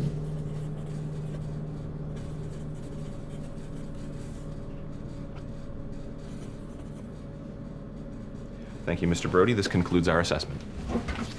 Wait, that's it? What was the point of all of that? When do I get some damn answers? Chases the audience right now. When do I get some damn answers? Huh? Mr. Septic? Come on, what does it mean? Yeah, moving on. I'm not addressing anything that just happened. Hey, look, I'm going to give you answers to some things, but not everything, you know. That's also why that line is kind of in there for give us some damn answers, because you guys say that.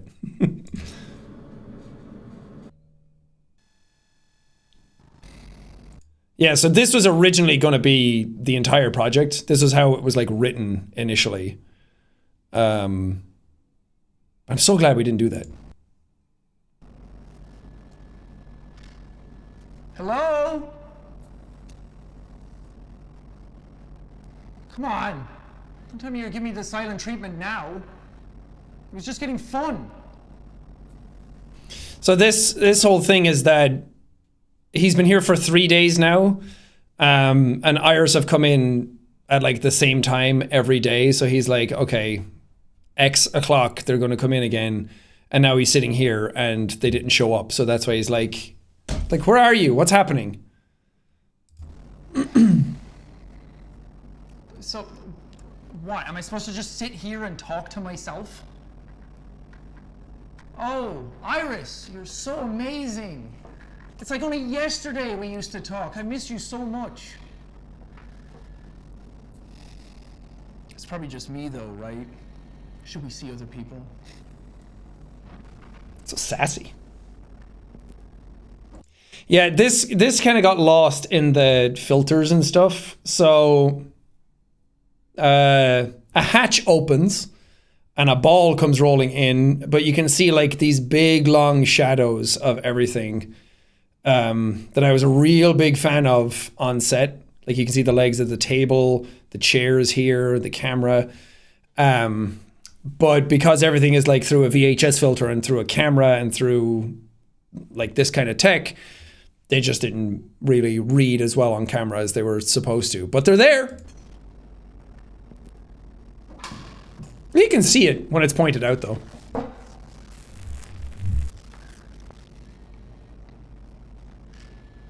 What do you want me to do with this? I'm not a dog. Do you do this for all your guests? Or am I just special? So I love how Trey edited this one, and I love that effect of the camera moving, because the camera doesn't move ever. It's just that one static shot for the entire thing and doesn't move at all. But we recorded in like 6K or 4K even. So a little filmmaking stuff as well. You record way higher resolution than you want, because even though the stream wasn't 4K, you can record 4K, and then if you zoom in on certain sections, you don't lose any of the clarity. It's still really high res looking at 1080p. Because if you have a 1080p shot and you zoom in, it looks like garbage. You start getting pixelation, you start getting artifacts. So the camera zooming in and like moving and everything is all manually done by Trey, and all the sound effects and like the little like stop to make it look like it's actually on an axle was all done by him. And it worked out really, really well. I'm really happy with the way that was. It adds so much. Some of these glitches, by the way, are VLC Media Player, not the actual. So if you see ones that aren't in the video, it's because of that. It's not, oh, he has extra glitches now.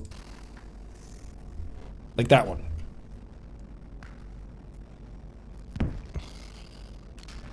Yes, that was intentional, by the way. I didn't let the ball fall on my face by accident. That was one. I was lying on the bed and Mark was like, can you just do one where it hits you in the face? And I was like, oh yeah, that's fun. It kind of like adds a more human element to it where everything isn't perfect. So it was actually really hard to get it to hit me in the face because I kept throwing it up and I kept going back and hitting the wall. And then it would like bounce down. I was like, well, now I have to like get up and grab it. So having it actually like go up and come down and hit me in the face was harder to do than I thought it would be. I thought it would be so easy to fuck it up.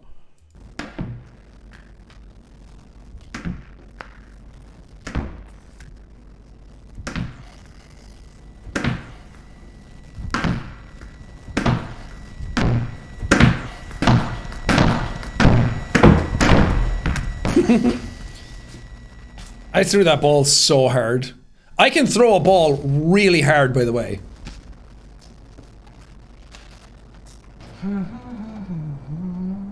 He's so done. I know you're watching. Hello? Anybody?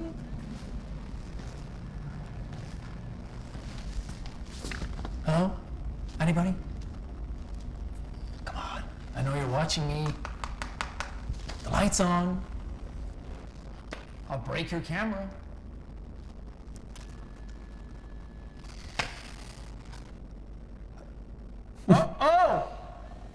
Oh no! Help! Help! Oh, I've hurt myself! Oh, help!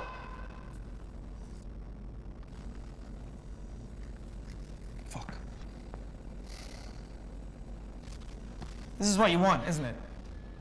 Yeah, you guys watching. I know you're looking at me. You sick fucks. Swore! Chase Brody swore!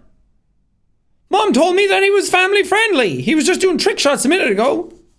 Imagine if Dude Perfect at one point just came out and was like, fuck! Can you at least turn the lights off? How am I supposed to sleep? Can you turn off the lights? Thank you. A lot of these ones weren't in the script either. We just played around on the day.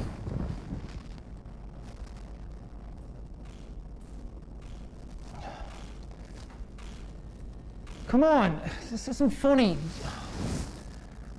I'm trying to sleep. Oh, he pissed. Hey!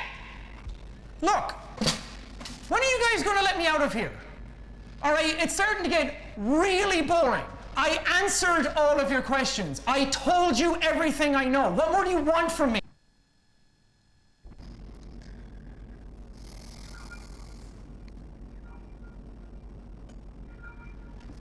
Hello?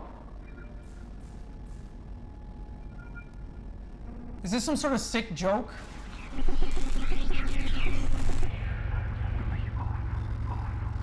Oh no. Whispers. No, not this again. No, please. Please go away. Please. Please, me alone. Leave me alone. Please go away. What do you want from me? There's a line we've heard before. There's like a bit here. Yeah, everyone's like, for free? Chase feet?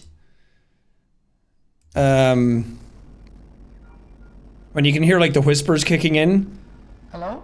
Again, it's subtle. That also, there was like it misaligned slightly, but there's a thing, if you've ever seen the Addams Family movie, and you know how Morticia Addams always has a light on her face, or like a light right across her eyes.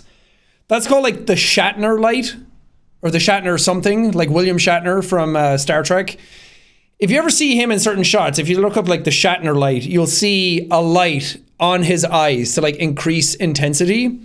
So that's like our homage to that, like the Shatner light across Chase's face. It's like a little glow. It's very subtle. Actually, it's not subtle at all, but when you're watching something and you're not like thinking about it, it just adds this like element that you're not thinking about. Is this some sort of sick joke?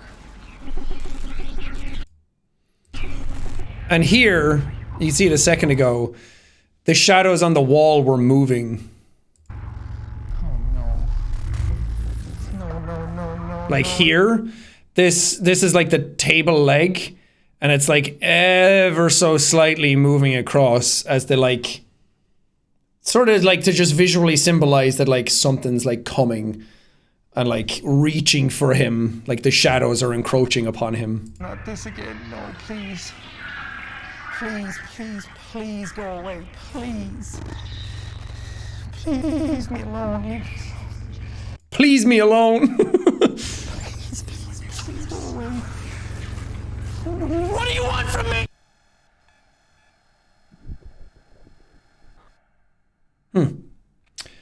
And that's number 3. now we're back to normal. Day 4.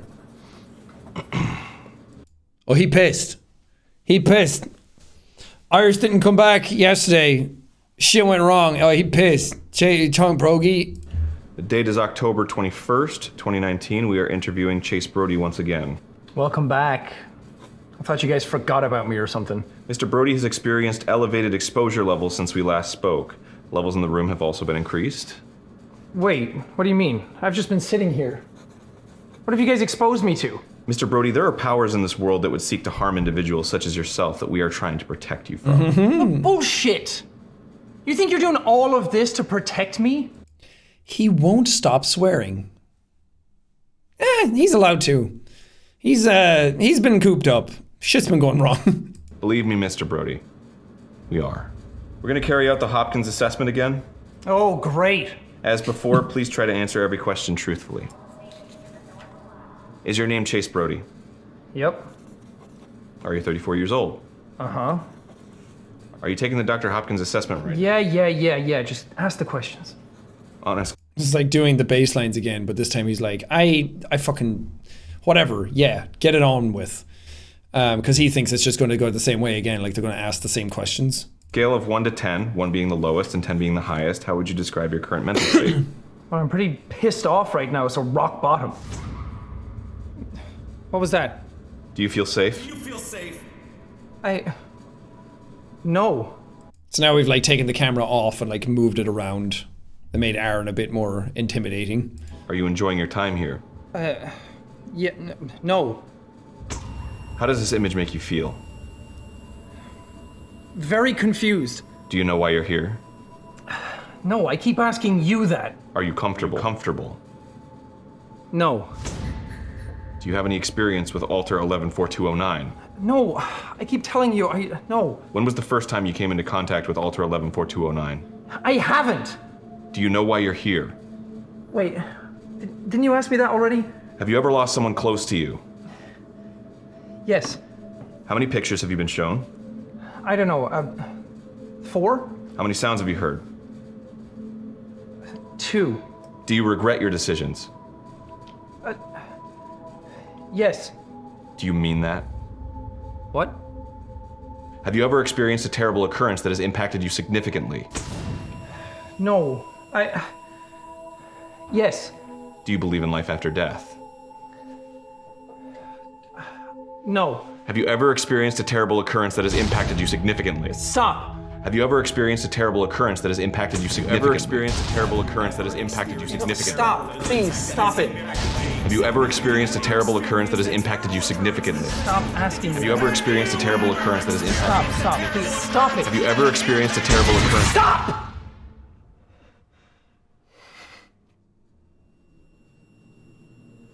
Subject's exposure has increased to concerning levels. Suggest moving to second phase pending board permission. What is this? What did you do to me? What did you do to me?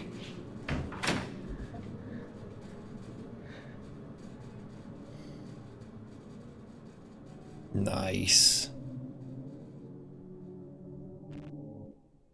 There's also some like hidden sounds throughout that. That I'm very curious which ones people pick up on and which ones people find. It's the same with like the whispers and stuff. I'm always curious what people are going to pick out of it. Yeah, I like this scene a lot. Oh, terrible occurrence. Oh, I've been impacted so significantly.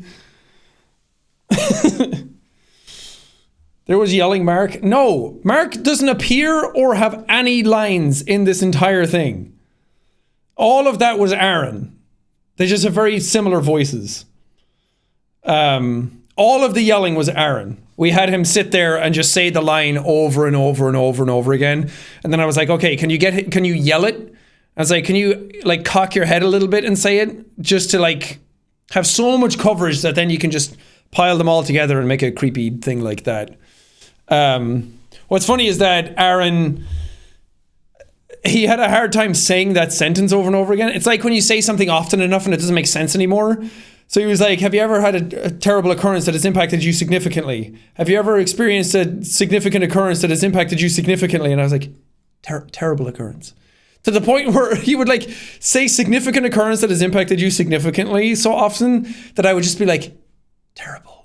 That it sounded like I was telling him he was terrible at the line. I was just like, terrible. Terrible. Like so nicely just being like, terrible. No, you're terrible. So he just had to, he said it like 50 times. But it worked out. We got the effect that we wanted. Stop, please, stop it. And people asking like, where are the images flashing? You can see them. They're like hidden in the flashes. That flash as well was just somebody like next to Aaron had a giant spotlight and was just like flicking it on and off. We had like beats in the script for when it would come on and off. And then I was like, okay, now let's just do it, but flick it on and off whenever you want. Whenever you feel like one should come in, just do it. And we would just flick it on and off constantly, back and forth. But it came out really well. Everything married together with like the editing and the sound design was really cool. This music in the background that Robin found. Robin edited this one. It's weird. I didn't intend it to happen this way, but Trey edited all the odd number interviews and Robin edited all the even number interviews. So like 2, 4, 6, 8. And then Trey did all the other ones. But it just happened that I like sent them out the videos to like split up the work. And then it was like, oh, wait, you got even and you got odd. Weird. Have you ever experienced a terrible occurrence that has impacted you significantly? Stop asking me. Have you ever experienced a terrible occurrence that has impacted you? Stop, please, stop it. Have you ever experienced a terrible occurrence? Stop!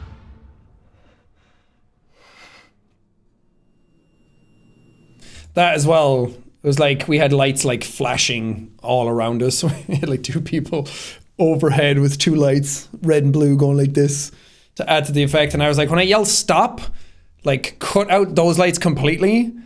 And then Ethan was like with the camera like this. And I was like, when I yell stop, just like hold it as steady as you can. And then the whole scene just like cuts and gets very serene. I don't know. I'm a fan of that kind of like crescendo. Subject's exposure has increased to concerning levels. Suggest moving to second phase pending board permission. What is this? What did you do to me? What did you do to me? Yeah, this sound.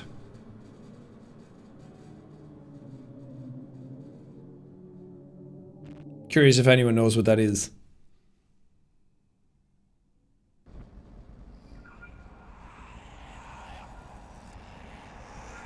Here we have the whispers again. No, not this again.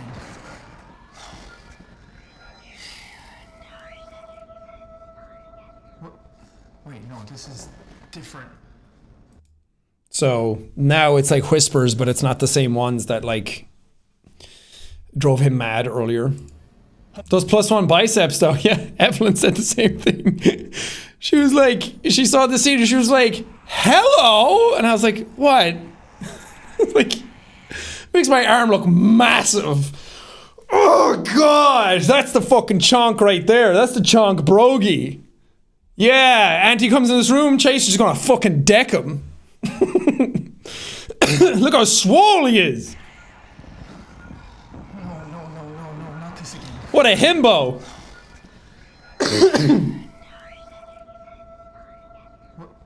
Wait, no, this is... I love this sound effect. Hello? Yeah, I hear you. Who are you?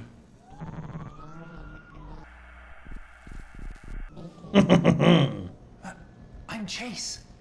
Wait, where are you? How can I hear you?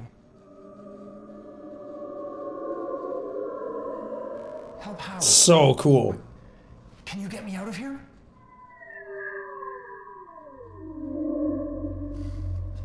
Then why are you talking to me? Are you trapped here too? No, don't say that, no. If both of us work together, we can get out of here. What do you mean? How do you know that? you've seen him too? What does he want? Wait, I don't understand. What do you mean I'm special? No, no, no, no, no. No, please don't go. No, please. I need to know. Echo? Shout out. Are you there?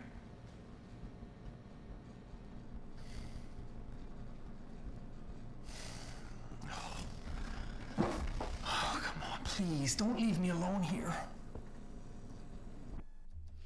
Yeah, so that's Echo. I'm not going to say who or what Echo is, obviously. That's still to be revealed. The Amazon Echo. But yeah, I love that those sounds, again, Trey did a great job on it. Because I was like, I want this to sound like... I can't remember my exact direction. But obviously, everyone knows how much I love like crazy sound design and cool sounds, and like I'm always just so disappointed when somebody has such a cool thing and visually looks great, but audibly it sounds like shit. And I'm like, oh, you're so close. You could have made this sound so amazing and like crunchy and bassy and weird and ethereal. And that's kind of what I like to go for in my stuff. That like, because that's the thing. If something looks great, it looks great. And if the sound design services it, it's fine. Like, it doesn't really matter. And that's a lot of the time why people don't put more effort into it, because it's fine. It gets the job done. It's like FromSoft games. I adore FromSoft. They're my favorite developer. Bloodborne is my favorite game ever. But my God, their sound design sucks sometimes because it's just non-stop stock sound effects. And every time you hear one somewhere else, you're like, I can't not hear it now. So it's just a little bit of a bummer that they're not like perfectly curated. And then something like Demon Souls comes out, the remake, where Blue Point have an incredible audio team. And then their sound design is so crunchy and beefy and high quality that it just makes the others look a bit, they still have, their sound design services what they do very, very well. And the fact that they're using stock sound effects and they're still able to make it sound the way they do is still great. But that's what I mean. Just take like the little extra effort to make the sound good. And after this, everyone, like all of you guys were talking about the sound design. And I think when you do it well and you do it right and you get it right and you make something unique and weird and something that actually sticks out, then people talk about it as much as the visuals. So, I don't know. For me, it's like making something like this is 50-50 sound and visuals. That it shouldn't be like 90% visuals, 10% sound, And it's the same with like games. The reason I always point out good audio is because when it's done right, I want to like celebrate the people who have like taken the time and the effort to really like hone their craft and do it. So I'm very happy with the way the sound design came out. I'm not trying to get like all high and mighty and gatekeepy about sound, but it's important to me. I like good audio, and I studied it in college before I didn't. So I just think it's really important, and I wish more people I love Marvel movies, and they're such a big spectacle. But when you actually listen to their movies on like a really good like home theater, it doesn't sound that great. A lot of their sounds are like front heavy. So all the sound kind of sounds like it's coming from in front of you instead of like above and behind and to the side. And their sound effects are all like, they're fine. They service the movie, but none of them are like, there's no like sound that makes you like really like sit back and go, oh, like the Reaper sound in Mass Effect, or the crab squids in Subnautica, the Mutos in Godzilla, things like that. It's like, it's something what are the seismic charges in Star Wars Episode 2? Or like one of the creatures in Terminator Salvation. Terminator Salvation is a crap movie, but that sound design is great. Dune, exactly. You'll hear my Dune-ness come out in this as we go. Tripods War of the Worlds, exactly. Thank you. Amazing.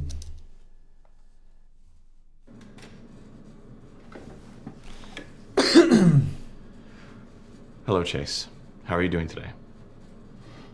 Just peachy. And we know you've been through a lot recently, Chase. We just want to help. Please, allow us to lighten the mood a little. His whole like, the fuck is that? The elevator music. This is like an homage for me to Severance. If any of you have seen that. If you haven't, you really should. You'll see a lot of my influences as well. I love Severance. I love the look of it. And the way it sounds as well. But there's is it the break room? Like go to the break room and like for some R&R. And then you go in and it's like the lady's like, your Audi likes sports. And it's like that creepy kind of like, you're being too nice to me now out of nowhere. And like that music is playing in the background and they like turn it up. And it's like really generic like nature sounds. I'm like, this is what like Iris think will lighten the mood. We're not a bad company, Chase. We know you think we're evil and want to cause you harm, but that couldn't be further from the truth. And now he's softer. He's not calling him Mr. Brody anymore. He's calling him Chase instead because he's trying to like relate to him and be honest with him and see eye to eye and humanize him more. He's like staring at him now. There's no clipboard. He's not staring down, constantly writing. He's actually like locking eyes with him. The music is nice. We took the camera off the tripod and moved it around to give it a bit more of a human touch so you know someone's like controlling it. It's not like rigid and stiff and sterile anymore. So this is kind of like the turning point to be like exposure levels are rising. Let's calm everything down again. It's all psychological. It's all like little tricks to like, if you're watching it, you know the tone is different, even if you don't know why. That there's all these like little tricks you can do with like filmmaking to get the audience like the place you need them to be without having to say it. We want to stop the bad things from happening. You guys sure have a funny way of showing it. We would like to share some information with you about our company and why you're here. Feels like an ad. If you would allow us. Here at Iris. Yeah, I think Camilla did a NordVPN one. It's like, could you imagine I just busted out a NordVPN ad in the middle of the stream yesterday from here? Chase just turns to camera. I ruined my whole franchise and lore just for that sweet NordVPN cache. He's like, you'll never be safe at Iris, but with NordVPN you can be.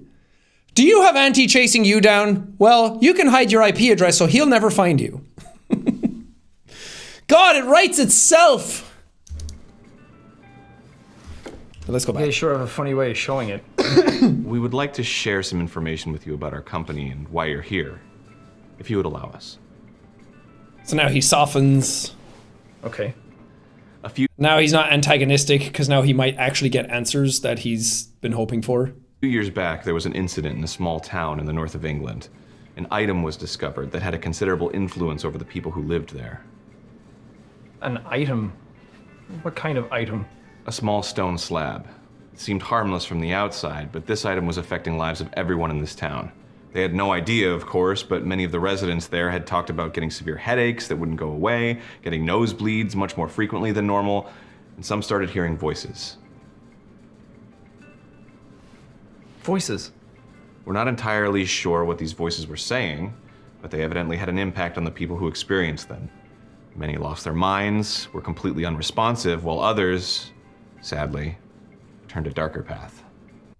So now he's starting to hear like things that relate to him. Like we just heard him hear voices. So now he's like, wait, other people are experiencing this as well? Why are you telling me this? When Iris God, it found keeps they glitching lost out. their Stop. minds, were completely unresponsive, while others, sadly, turned a darker path. Why are you telling me this? When Iris found out what had been happening in this village, we sent out a team to negate the problem. The CNC identified the item and took it back here for containment. So? So, you see, Chase, Iris helped those people in that village. We saved them. We find items like those and we protect people from them. We're not here to harm you. We just want to help. So, what? Are you telling me that I'm being affected by one of these items? Unfortunately, we believe there is something far more sinister interfering with your life. How much more sinister can this get? What is affecting you is orders of magnitude more powerful than any of these items. So what? You guys knew that this was happening, And you just sat there and did nothing. We're just trying to get to the bottom of this, Chase. We know what you've been through. No, you have no idea what I've been through. You've been seeing things, correct? Hearing voices in your head? Have you seen a man alongside these visions? How did you know that? That, Chase, is Alter 114209. We've been tracking him for quite some time. Name drop! I mean, I already did it earlier in the stream, but everyone figured that out. You'll also notice the sound for where later when he shows up and the feet come into frame is the same sound that he's like, you've been seeing someone, right? Or whatever he said. Like, when he mentioned it, the same sound effect happened, so you can connect the dots later. But you guys have already seen this, so spoilies.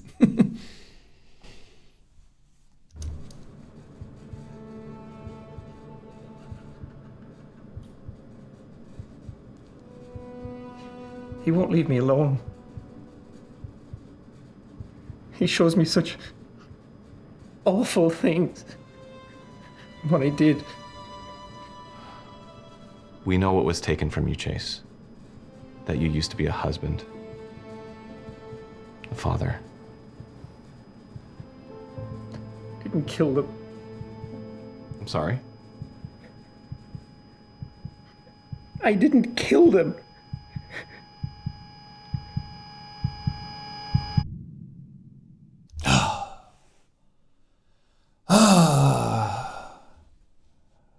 The drama. The lore. The sadness. Oh, depression. Hello. Thank you. Everyone's been very kind about compliments about the acting, so I appreciate it very much. I tried very hard to make sure that it wasn't cringe. And, well, not just for people watching, but I was like, if I'm not cringing at the acting, that means that it's probably okay. And that scene specifically, I really had to like dig deep for, because that was like a really big moment where it's like the saddest part of the whole thing. I'm like, you really have to like sell these emotions if you want people to like really get on board with you and get into the story. And when I went to LA to film this stuff, I was like, I wrote the script, so I know the lines pretty well, but I would like sit down in my hotel room for like hours at night, like every night before leading up to this, just like reading out the lines. I would like read out Aaron's line and then like be like, yeah, I have no idea how I got there. And I was like, okay, that was right. And then go on to the next line. And trying to different methods to like learn the lines that way. And then the best method I found was I like propped my iPad up and I recorded the whole script. So I sat down and I just hit record and I read out Aaron's lines, and then I read out, I like left a gap for my line, and I would like read it in my head and then read Aaron's line again. So I did that for all of the interviews. And then I would just play it back and act out the scene with myself. So I was like, I was the interviewer and the interviewee at the same time. And I was like sitting there and I was like, okay, pretend the camera's up here and over here. And I was like, I had like a mirror wall in the hotel room, and I would like look across at that to be like, okay. Because getting over that cringe factor is like the biggest thing for me when it comes to acting. Like if you say the lines out loud enough times and you can see yourself doing it, then you're not worried about how it looks. You're not worried about how other people do it. Or you always hear about actors like practicing lines in a mirror. And I'm like, it's a really great method for me, because I like being able to see like the emotions and how they read, and especially the pacing of it. And then some of them I like rewrote the lines then and there. So I was like, the pacing's just off. Like actually hearing it out loud for the first time, start to finish, I was like, it's a bit too quick. So I would do it that way. And then getting to that scene with like the sad part at it, I was actually like acting it out in my hotel room and managed to make myself cry. And I was like, oh man, I gotta save that for the fucking shoot. I gotta keep my tears inside. I only have a certain amount of them. I can't let these little bad boys streak out across my face and dissolve. I gotta fucking keep that Cloudy with a Chance of Meatballs guy where he sucks it back in his eye. Put that back in. Yeah, hit record now. Somebody get a camera. But I'm very glad that on the day we managed to get the shot we wanted and it came across and the emotion got sold. Because that was the biggest thing, is the vibe, the atmosphere, and the emotion we want to get across good for all of these scenes? Because then, if that's good, then your writing doesn't need to be like impeccable. It doesn't need to be like Shakespeare.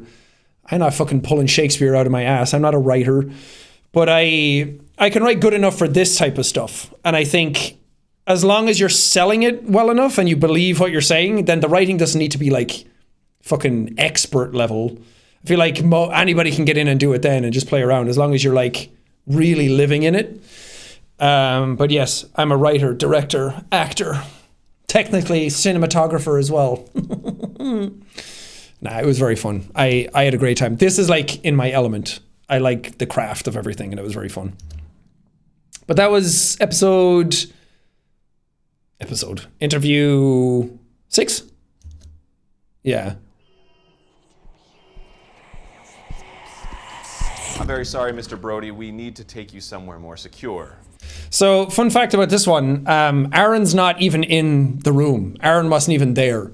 This was recorded on the first day. So interview 5 was recorded on the first day, the one where I was talking to Echo.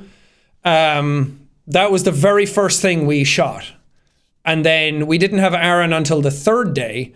So all the scenes with him were all done on that one day. And then the ones on the first day were like, okay, we'll get some of this stuff done. We had some like extracurricular stuff we had to get recorded as well. But then Aaron just came back on the 3rd day. I just like stood in the room. So Mark was just off screen, like reading Aaron's line to me. So I had like something to react back to. Just so we could get the pacing right and the emotion right. And I mean, he was just saying like, we need to take you somewhere more secure, Mr. Brody. and I just had to go with it. But it was just to make sure we had the pacing down. And then we just got Aaron back on the 3rd day and had him stand in this room and just read from the script. Because it's also really important to get the same lines from the same room. Because reading it in a different room, you have to then make it sound like it's from this room. So you also record room noise.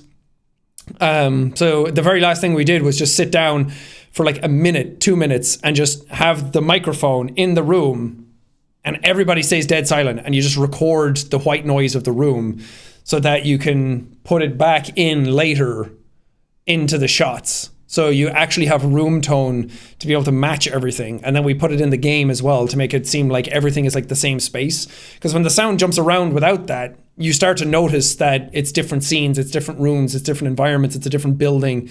Your brain just can pick up on that stuff really quickly. So again, it's all psychological. More secure? Why? What happened? Nothing, Mr. Brody. It's merely a precaution. Okay, a precaution against what, though? What are you not telling me? We do this a lot, Mr. Brody. We move people around to free up space. You don't want to be stuck in this tiny room forever, do you? No, that's not true, is it? Something happened. If you would just follow As the alarm is happily blaring in the explain. background. Okay. Wait, Sound design. What is it, Mr. Brody? wait, we have to leave. I've been here before. That's impossible, Mr. Brody. No, you don't get it. I've been exactly here before. No, please, let me go. Please calm we down. have to leave. Calm down, Please, Mr. Brody. let me Everything's go. No, please. Come along, Please. Mr. Brody. Please, no. Let me go, please. No. Damn, he wasn't happy about that. That being dragged off like that, we did it like 6 or 7 times just to make sure it was right. But there was one take like that where I surprised myself where that like, please. And I was like, I did not know that my voice could do that. So I was like, I'm just going to legit act like I'm being dragged off and like fighting for my fucking life. And that scream came out and I was like, whoa, I didn't know I could do that. That's cool. And I love that. I love the way it cuts. Go. You can hear the giggle. Please, please, no. Let me go, please, no. Ooh, it's so creepy. Oh. It's like, I'm the one who did it, and even I'm watching it being like, I don't feel good about where he's going. Yeah, I'm very happy with that. That came out really well. Also, there's a ton of audio hidden in that scene as well. That there's a lot of these scenes, like if you listen to it with headphones, you'll pick up way more than you will otherwise. Like good headphones as well will pick up even more again. So there's a lot of stuff that we like hid around the place for effect. Some of them are a bit more obvious, like a couple of the giggles. He's just a giggly.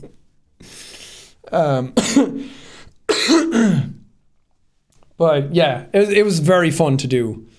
Also, a little trick Something happened. that I don't think anyone We will noticed. happily explain everything. So these guys are two different guys than who were in the room after. So we had the security team on set for a day, and we only had Aaron on set for another day. So these guys weren't there the days Aaron was there. So these guys that dragged me out Okay. are not these guys. That's not like a time skip. That's not like a lore thing. That's just an editing trick because we didn't have the actors on the day. So this is actually Mark's assistant, Evan. And this is a stunt guy who was part of the team. So in the finale, the guy that falls across camera is this guy. So yeah, Evan got his 5 minutes. We also had a bunch of cafeteria shots that sadly we weren't able to work in time into the final stream. Maybe I'll post them for something somewhere. Well, we had cafeteria shots with scientists that you guys saw in the trailer that, again, we just didn't have time to put in. But Ethan's assistant Jocelyn was in that one. So everyone was helping out. Wait. But yeah, there's no bloopers because you post bloopers when things kind of like go wrong.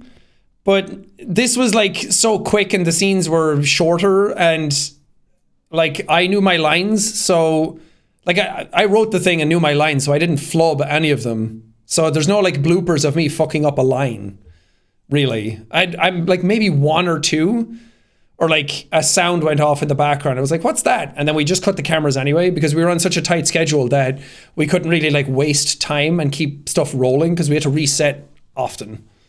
Please, no! No! Please, no! No! Please, no! Ah! And then we're into the finale. And these guys are dead now.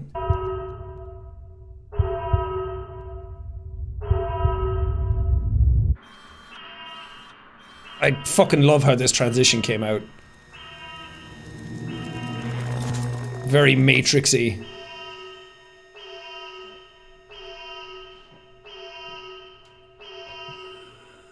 So this is that guard again.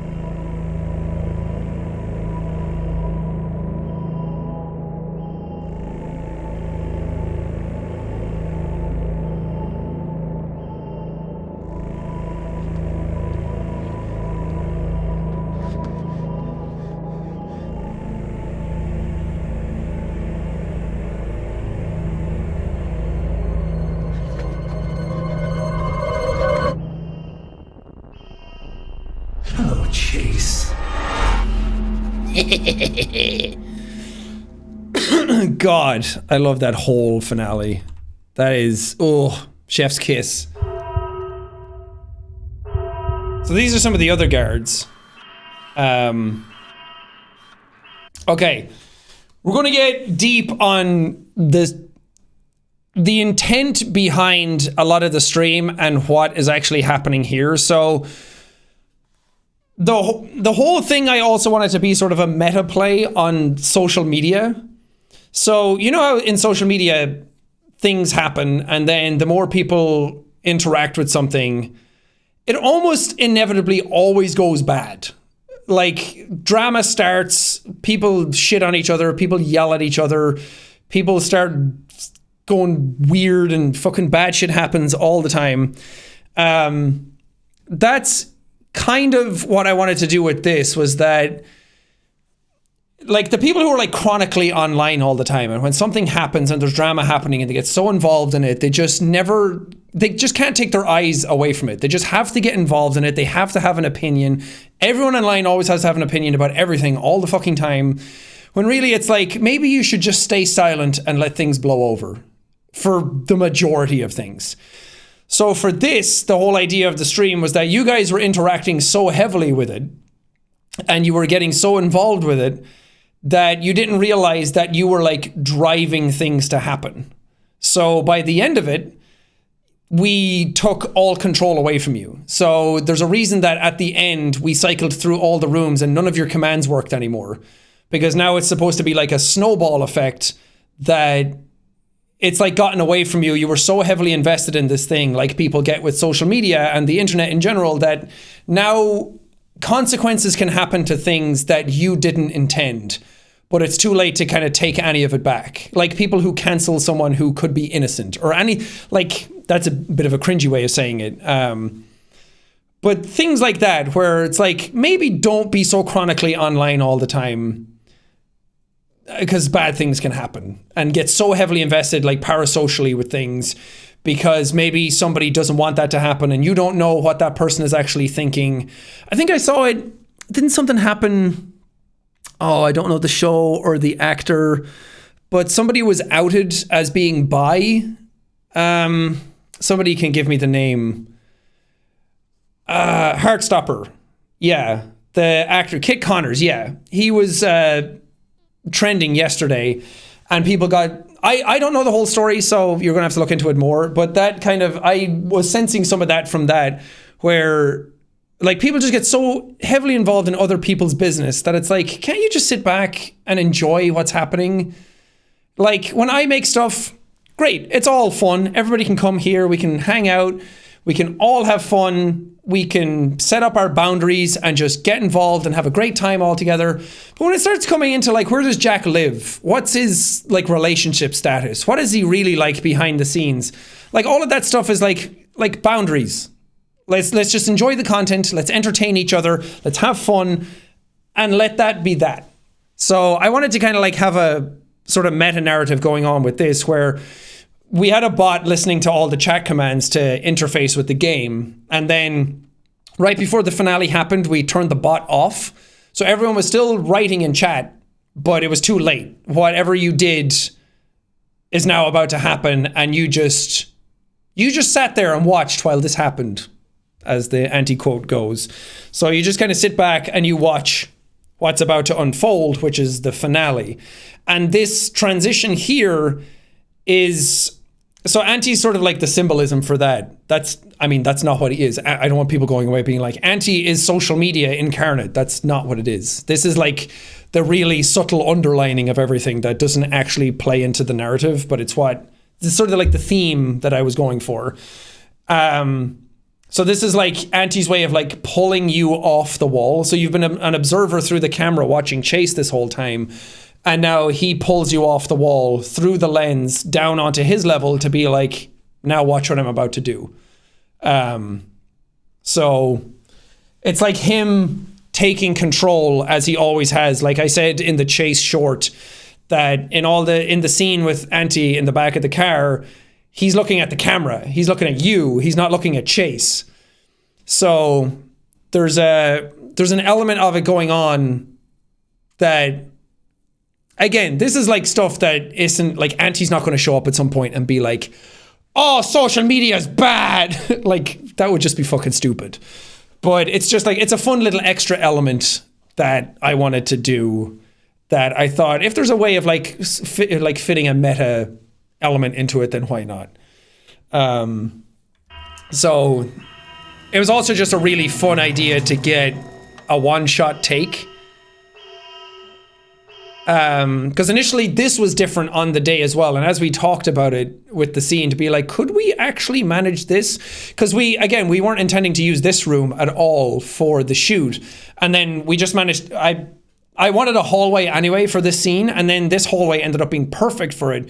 But that alcove that the camera goes in and around, we were like, oh man, we could get a really cool shot out of this if we do it all in one take. So they're like coming down here, and this shot, Initially we had him come across here more so you could see him more. And I was down the hallway waiting for the camera to like turn as Chase. And as I was looking at it, I was like, what if you guys turned that light and pointed it behind him, and we don't really show him in frame, but we see his shadow. And the whole thing I wanted was to like make it less messy for the audience, so like your eyes are just like staying in the same place and you're following sort of everything along, and you're just scanning left and right. You're not like, oh god, what am I supposed to be looking at? So to keep it more cohesive, I was like, the shadow will draw your attention across, so we're rounding this corner, so you see him, and then your eye line drifts over to this, and then as he passes this, which just so happened to accidentally line up perfectly as like his third eye in the middle of his head. And I was like, oh, when I saw that shot, I was fucking came in my jeans. I was like, that's even more perfect, because I just wanted his shadow to come across so it connects your eye line around the corner. So it like does the work for you. So you follow that shadow across, and then you're like seeing this, and then he wipes frame. So it all like connects itself together, so your eyes just aren't like getting messy all over the place, and everything just like flows around that corner. And then obviously we hid an edit here because we couldn't do it all in one shot because of what was about to come next. So he wipes frame, a classic. And then the beans, the Tootsies come in. These stunt people were such fucking troopers as well. They sat there literally for like 2 hours. And we, like, every 5 minutes we were like, are you okay? Do you want water? Are you okay? Like, everybody good? Like, constantly checking in with them. And they were like, yeah, I'm comfy. And this lady was like bent around this corner because we had to get the camera in. But do I have a picture of the rig? I'll have to look for it afterwards. But there's a rig that we had that the camera was in. So it was like a 2-tiered trolley that the camera was on the bottom layer, and I was sitting on the top of it with 2 massive 2x4s coming out. So I was like sitting on top of this thing with my knees up like this. And then it was like, Ethan had to like call the pacing of it when he had the camera up. So he was like, okay, now feet. And I would just like lower my feet into frame. And he'd be like, and Sean, and I would like get off the 2x4s. So I was like sitting on something and then had to hop off of it. And I was like, I need to make this look smooth. Otherwise, it's going to look like I hopped off something. So you can't even really tell. Because I just hit the ground. I was like, oh, beautiful. And it worked so well. And that's also the first time 2 egos have been in the same frame together. And then we have the iris cam here, warning. Just like it's always been watching. And now it's in the foreground. I love a good foreground. I love a good foreground going across a moving shot. Oh, that makes my nipples sing. And this whole reception was here. We filled in this, like all these, this was all empty. I was like, just fill the foreground. Fill it with things. It's so nice. And then we had a monitor that we put in that has like, someone's been watching Chase's room. But this monitor was blank. And at any time, so if you have a moving shot like this that you need to track more elements into, you need like tracking markers. So you need something to, basically something to click on so that like Premiere or whatever can register like, okay, this is where I'm supposed to be tracking and keeping everything like in frame. So it makes it easier that if we rotoscope Chase out to put him in between Auntie's legs, hey, yo! That you need something to be able to track so you can make your life a bit easier. Otherwise, you have to go frame by frame to do it. So this monitor actually had tracking markers on it that was just in the set. It was just lying there, and we were like, oh, perfect. we just needed to track onto this. So it made Robin's job easier for this. Again, Robin, excellent job on the finale, because this is the biggest shot of the entire thing. And then people were like, I teased out the footsteps and people were like, where did the footsteps start though? And now it's like, oh, he literally like floated into frame. And this was, I'll show you my reference for this, because I was like, oh, that is... Then he's all scared. Look at those those puppies. Look at those grippers. And now this is... I said that I would show you my like homage to Dune. The sound design in Dune I fucking love, and especially the voice, as they call it, that the Bene Gesserit do, where they command you to do stuff. It's like a Jedi mind trick. I think it's actually where George Lucas read Dune and made the Jedi after the Bene Gesserit in Dune. And I that was my favorite element of Dune when I read the book, and then hearing it in person in IMAX, I was like, oh, that's even better than I thought, because it hits you in like the chest and it's so commanding. And if you hear it in Dolby Atmos, which I'm a sound geek, again, I have a Dolby Atmos theater in my home, which if you've ever heard that, you've heard of surround sound, which is like 7.1, which goes like around you, but Dolby Atmos is ceiling speakers. So you have stuff above you as well, like helicopters and planes and rain and all that kind of stuff. So if you ever see Dolby Atmos anywhere, it's that you hear sound in a sphere around you, like an atmosphere. It's called Atmos. So sounds can happen anywhere.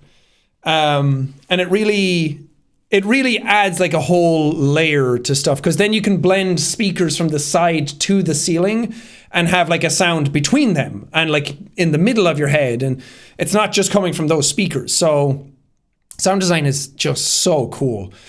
But when you listen to the voice from Dune in an Atmos setup properly, because IMAX doesn't do this. I have a lot to say about IMAX. I hate IMAX. But for Atmos, if you hear the voice that they use for the Bene Gesserit in that, you will hear like different voices in each part of the ceiling. And they said that their inspiration for it was that you hear the Bene Gesserit from like different generations talking through that one person. Like it's all the Bene Gesserit commanding you at once. And that's why it's so powerful. But when you hear it in a theater like that, you hear the different voices in different locations. So I said to Robin, like, think about that. And that's how Chase's voice should sound for this. So there's like a central like bass layer. If you listen to it on headphones, there's like voices panned left and right to just make his... I'm not saying that he has multiple people inside of him. I'm just saying to like layer his voice that way to make it a bit more menacing. Hello, Chase. So you can hear like multiple voices at once. And I did some like binaural recordings with my ASMR mic that I have for a lot of the whispers in this, and for the anti-voice as well, to kind of like add to it, because the voice on set doesn't sound good because it's a big room and it's just like, hello, Chase. So you need to like layer that and thicken it. But that was like my sort of reference point for Robin, to be like, it needs to be commanding, and it needs to like fill your head. So like some of it is like in your head, some of it is out of your head, some of it is around you. He's everywhere basically. And that was like my inspiration for the sound design to it. And again, inspiration only goes so far and my direction can only go so far, but Robin and Trey fucking nailed it. It took a really long time. Like it's what, like 22 and a half minutes of content, which doesn't sound like a whole lot, but there was a lot of work that had to go into each of these. Like even just moving the cameras around and glitching and different things showing up and the echo voice and things like that all took a considerable amount of time to do. And I'm very, very, very pleased with the way it ended up, because it's basically as good as I wanted it to be. And the fact that I said all of the shoot should be from this angle and then we ended up doing this means that everything was just like 100% better than what I went in with expectations. So I don't have a bad thing to say at all about those filming days, because it was all such a cool learning experience. I got to like dive into acting a bit more and take it more seriously. And we got to like, I could like hear the edits and see them all like coming to fruition in my brain, and then getting to go home and like give it to Robin and Trey and be like, oh, can we do this and do that? It was so cool. I had a wonderful time making this project. And all it does is make me want to make more of them now. It was very, very fun. But I said, there's... that didn't find it. There's a movie called Come True. That is about like dream sequences. About like... So I wrote all of this. I had exactly what I wanted for Iris in my brain, and we filmed all of this. And then me and Evelyn were just looking for like spooky movies to watch, and I found a movie called Come True, which has some really fucking great imagery in it. Let me pull this up. So if you can see this, like this sort of stuff, I was like, this, it was so annoying because I saw the movie after I like did all of this stuff. And I was like, God damn it, this is exactly what I want to do. So it's like, this was like what I was aiming for with like Iris and the sort of like overnight watch thing. Because this is like a sequel to Overnight Watch basically. And this is kind of what I wanted to show, was this sort of vibe, like the old retro tech I'm just a huge fan of. This lady looking at these computers, but this character looks like this in the movie. So this is like someone she keeps seeing in her nightmares over and over again. And I'm like, that motherfucker. I like saw this, there's like, if you search up Come True movie dream sequence, I highly recommend you watch the whole movie, by the way. You shouldn't just watch this sequence, but there is a compilation of all the dream sequences together on YouTube. And I was like, that is exactly what I was doing with Auntie. I was like, it was so like on the nose. I was like, now it fucking looks like plagiarism almost. I was like, you bastards. Obviously they just share similar like vibes than I do. But I was like, these eyes, I was like, that is exactly what I wanted to do. Like I already had it in my mind that that's what I wanted Auntie to look like when he showed up again. And then I watched that movie and I was like, well, at least it's a good like reference image for Robin to be able to work with. So I like it. I swear to God, I did not like plan any of that, but I was like, it just made me enjoy the movie even more because the movie was like exactly my type of like visual. If I had to put my visual stylings into a movie, it would be this movie. It would look... So it's just called Come True. But it's really, really good. She's a phenomenal actress as well. And I was like, it's like someone reached into my brain and made like exactly my type of shit. So if anything, it's just like motivated me to like try even harder to make stuff. But this stuff was all filmed already, so I couldn't really change a whole lot. But yeah. But now, because I like the movie so much, then I was like, I was doing the white eyes anyway, and I was like, this is like my homage to this movie now as well. So I like taking sort of like inspiration from the things that I really enjoy. Like this whole thing is obviously just a video game. But a lot of the other stuff, there's like science-y things in it. So I'm like drawing all my inspirations to like put my creativity to work to really try and like craft. It's like, you know, when you watch something and you're like, oh, this is exactly like my tone and my aesthetic. I'm like trying to take all of those things that I've like watched and played and listened to and like put them all into a bag, shake them around and be like, here's my project. Like take all the best bits that I really relate to and like make it my own. Major SCP vibes as well. Yeah, I mean, SCP is like the thing that inspired Control as well, that game. And the visual identity to Control 2 is like so like, oh, I love the like brutalist architecture and like liminal spaces. And Dharma from Lost, yeah, there's huge amounts of like Lost references in this as well. It's like, it was the same when I was playing Security Booth. I had to like bite my tongue so much playing Security Booth because Kyle, who made the game, I was like going through it and I was like, people don't even know. People don't even know about my Iris project. Like all the stuff was done and I was just waiting on the game. And then I played Security Booth and I was like, oh my God, so much of this is like so similar. It was so weird. And I've talked to Kyle recently about it and he was like, holy shit, that's so weird. And he was like, yeah, I love Lost as well. And I was like, I mean, obviously. So it wasn't even like I played Security Booth and then any of that made it into this. This was all done already. And I was like, that is so bizarre how like closely similar they are to each other. But again, everything's just like drawing from the same references. Like a lot of SCP stuff is very X-Files driven. And I'm just a huge fan of X-Files as well. And Lost. And all these like different things that are just like it's not all one thing. There's like so many different bits of it. And then it's all like turned into my own thing with like the egos and the characters and where they're coming from and where they're going kind of stuff. So, I mean, everything's derivative at this point, you know? X-Files is a classic. I fucking love X-Files. It's so fun to watch. It was like back in the day, X-Files was taken almost like seriously because we didn't know anything about UFOs or the internet or each other.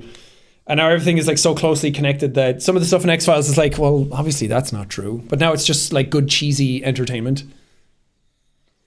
Didn't Auntie's neck heal? Yep, people picked up that he doesn't have a slit on his neck anymore. Twilight Zone, exactly. Oh, Twilight Zone is so good. And like War of the Worlds, the old radio broadcast, like all of that stuff. Like the Dark TV show. Oh. And then like you can see like elements of like analog horror stuff that I enjoy in it as well. So it's like it's the same with YouTube videos. I always say that as well. Like whenever people are starting off, it's like imitation. Like don't imitate the things exactly like one to one, but like find out what you like and then make it your own. Like let yourself be like a prism for like the stuff that you like. Like I'm a big fan of sci-fi and horror. Those are my two favorite genres. And I think that's kind of inferred a lot of why I put this stuff together the way it is. Because it's interesting. A lot of people are like, oh, it has a lot of SCP vibes. And I'm like, I know nothing about SCP. I've never dove into that world too heavily, but I know I've played so many other things that are inspired by it, that I think I got it by like osmosis. And it's the same, like if you've ever played Control. Control is like the best SCP game that's ever existed.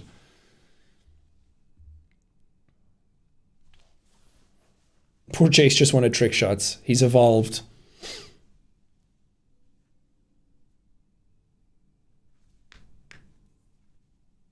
SCP has vibes and inspiration from other things. I mean, that is the thing, right? Like a lot of the SCPs are just like folklore taken from different cultures as well. A lot of the SCPs are like derivative of other people's work too. And some of them are just like made from the top of people's heads. So can you get a list of recommended movies and shows in the style of Iris and come through? Oh God, I don't even know. I'd say definitely play the game Control. Watch the movie Annihilation or read the book. Read the Atrocity Archives by Charlie Stross. Dark Matter by Blake Crouch. Oh God, there's so many things. And like Dune is a great book as well, even though Dune is sci-fi and there's not really, I guess it's kind of horror. It's like body horror in a way. There's a lot of stuff in that's like really cool. I don't know. I mean, there's just a ton of... Watch any sci-fi horror stuff. Just watch things. Consume. It's like anybody who writes stuff, it's like they just read a shit ton of books to be able to write. It's like reading Game of Thrones. It's like, well, I can see a lot of like Lord of the Rings in this. You watch Star Wars, if you've read Dune, it's like, oh, this is like, there's a shit ton of Dune in this, but it's all about like making things your own at the end of the day as well. Jack, what about the turtle? So if anyone who hasn't been in the community for a while, the turtle is just an Easter egg. I like that people call them Gerald. That's really cute. The turtle is an Easter egg to Auntie, where in a video I said, I am eternal. And people just joked that it sounded like I am a turtle. So Sophie came up with the idea to put a turtle actually in the thing. And there was other references here and there. We saw Marvin's mask was in the game somewhere. Jackie Boy Man's thing showed up. There was like a little JJ stuff with like the 1920s filter. There was like a Jackie Boy Man comic lying around. Oh yeah, the rat in the maze as well. Camilla keeps calling him Chi-Chi. I like calling him Cheese Brody because he's like searching for the cheese. Have I read EXO? No, I don't know what that is. But I'm down to like read more stuff. If anything, it just makes me read, watch. It just makes me a better creator at the end of the day. I was even like reluctant to put out something like Security Booth when I recorded it, but I just loved it so much. I thought it was so fucking awesome that I had to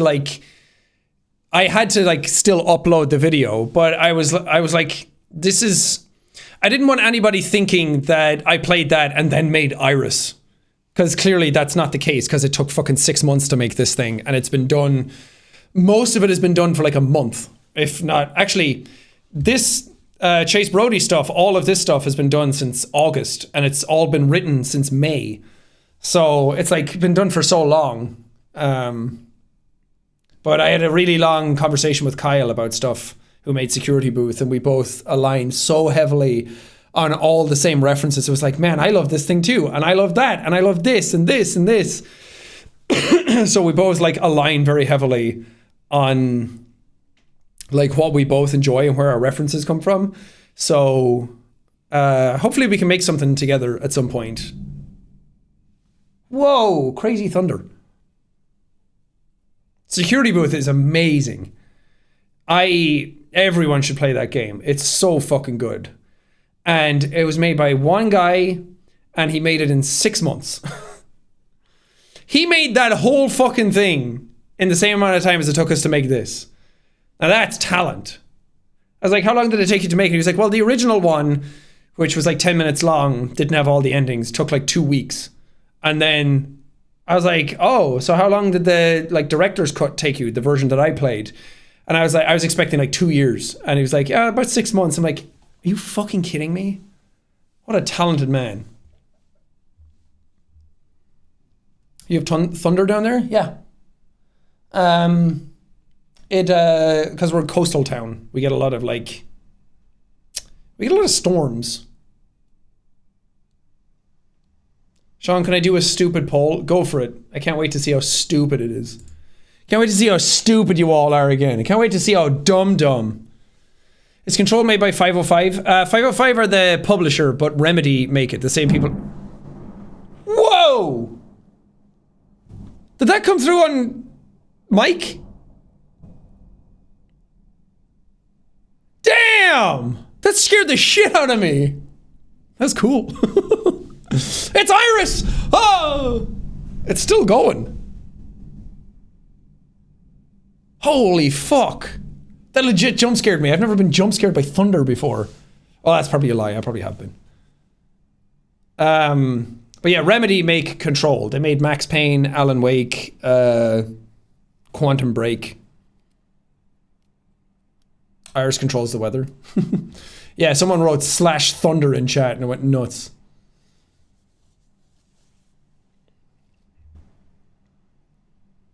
Wait, what's the poll? I don't see it. Ken,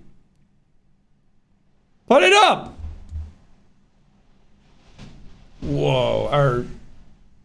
If my stream cuts out at any moment, it's because now it is crazy rainy and windy outside. Why won't mobile let me do it? Look, Twitch mobile sucks. But yeah, that was my Iris project. There's going to be plenty more attached to all of this. There's going to be way more. I'm not ending stream, by the way.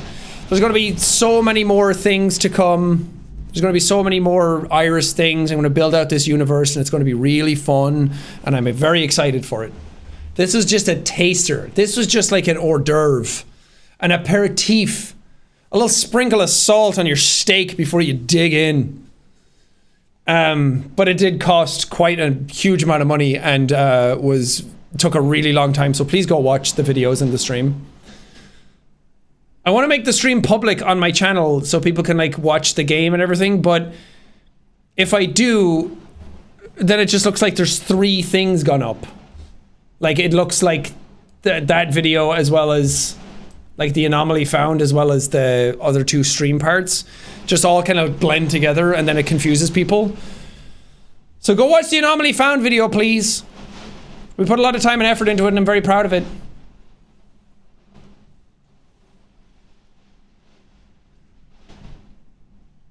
Will you stream it again? No, the game is done. Rain is loud. Yeah, that's the wind right now. Very loud. I also have a condenser mic, so it picks up everything. If I had a dynamic mic, like the Shure SM7B, or the... what's the other one that Evelyn uses? The Electro Voice RE20. Then you wouldn't hear the wind because it's a dynamic mic, but whatever. Yeah, it's very fucking windy right now. Can Apple Weather tell me how windy it is? It did say expect storms by 7 p.m. and now it's 8, so that makes sense. It says it's 44 kilometers an hour, which I don't think is right. That's way faster than that. Gusts up to 93 kilometers an hour. So wait. What's 93 kilometers an hour in miles per hour? It's 58 miles an hour winds. So, thunder's kicking in. It's all stormy. What a devilish time we have. But yeah, that was another reason not to stream any of this stuff from my setup, because it could go down very quickly. I mean, it's Brighton, it's by the sea, this is what happens. You get a great view and you get the beach, but you also get crazy winds. But yeah, it is cozy. That's what me and Evelyn always say, whenever it like pisses rain. When I was a kid, it was like, oh, it's raining, I can't go outside. And now it's raining and like, me and Evelyn both like sit on our couch and just go, let's eat some snacks and watch some movies. How's BB? He's great. He's a little terror. He a little chonk. But he's supposed to be, you know? That's why you have a little cat like that, so he can be a little weirdo. And then you love him for it. This music does not at all go with what is going on outside my window right now.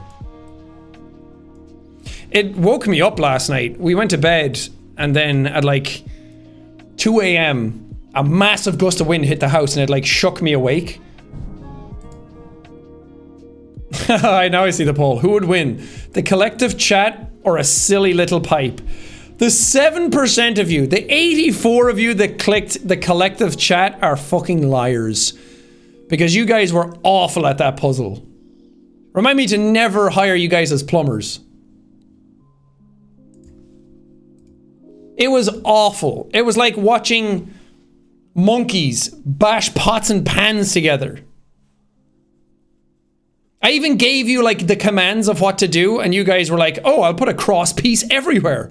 What should I do today? Cross piece! It's like, if we put enough cross pieces down, It'll connect everything. Have you guys never done a water puzzle in a game before? I was like, oh, it's a water puzzle. It's like BioShock, where you just create the line for where the water goes. And I was like, you have two ends of a pipe. You just make pipe. And then everyone was like, what do we do? None of you are allowed to give me shit for puzzles in video games ever again. Granted, the lag made it tricky, okay? Oh, classic gamers blaming the lag. Whenever I blame lag, you guys are like, sure. Oh, but when it happens to you, I'm only one person. You were 40,000 people. For shame. So from now on, whenever I play something, you guys are not allowed to give me shit for puzzles. Because I'll just yell pipes and you guys will get PTSD. Who would win, tic-tac-toe or Sean? Oh, tic-tac-toe for sure, yeah. Yeah, no, I'm not, I know when humility should kick in. I know when I should be taken down a peg. I know when this soapbox is getting real moist and about to crumble underneath me and this high horse is getting tired. I know when to hop off. Tic-tac-toe is very difficult. Can we play tic-tac-toe online? Well, of course you can.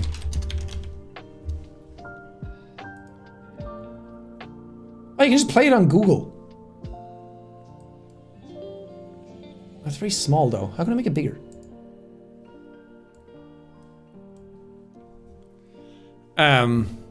Okay. Yeah.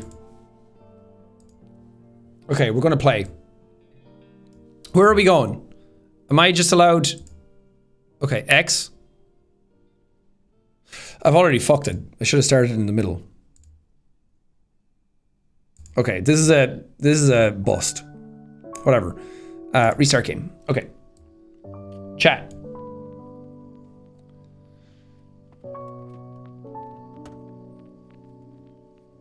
See, now everyone's like, the corner, Sean, the corners. Everyone's like, start middle. Okay. We're in middle. This is just what it was like yesterday. Oh my god. I realize that middle is like where everyone wants to start and there's no fucking way we're gonna be able to figure this out. Yeah, use the grid. Okay, so this is how the game was working yesterday on stream. It's like A, B, C, the rows. 1, 2, 3, 1, 2, 3, 1, 2, 3. So A1, 2, 3, B1, 2, 3, C1, 2, 3. Use your grid. None of this middle, top, left shit. Give me grids. It's still, oh, good lord. So A1 or C1 are big contenders. So now people want to go for a corner. So let's go A1. Okay. Where to next? I'll give it a second because you guys are still guessing for the last one like a big bunch of dum-dums. Lag. Let's make a poll. You're gonna have to make a really annoying poll and you're gonna have to do it every like 2 seconds. B1, C1? Okay, I've seen a lot of C1s. Ah, you win! Oh! Wait, can I just do that every time? No. Oh. Is it that easy? Come on, there's no fucking way. There's no fucking way. There's no fucking way. Oh. So this AI is what you were playing against when you won. The one we had, like, at the start of the game was way fucking harder than this. Like, it wouldn't let you do that, because when I looked up the tactics of how to win, was this kind of stuff. Oh wait, I started wrong. Always start in the middle, chat said. Oh, never mind, you can still win. Yeah, like, I couldn't do that with the bot we had in the... because it made no mistakes. Every single time there was a gap for a win, it always put it in the gap to cut you off. So it was fucking impossible. But I was like, yeah, enough people doing it, surely they'll figure it out. Oh my god, I could have grifted so many kids when I was younger if I knew that that's how you worked. How it worked.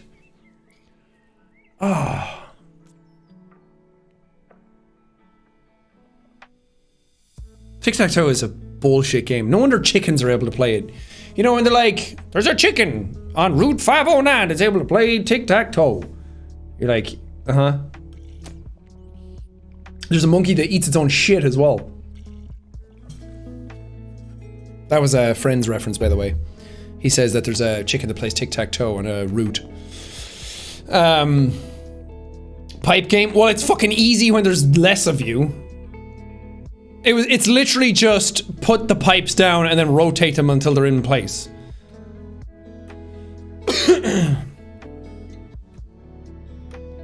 It was very, very easy. It was hard with a lot of people.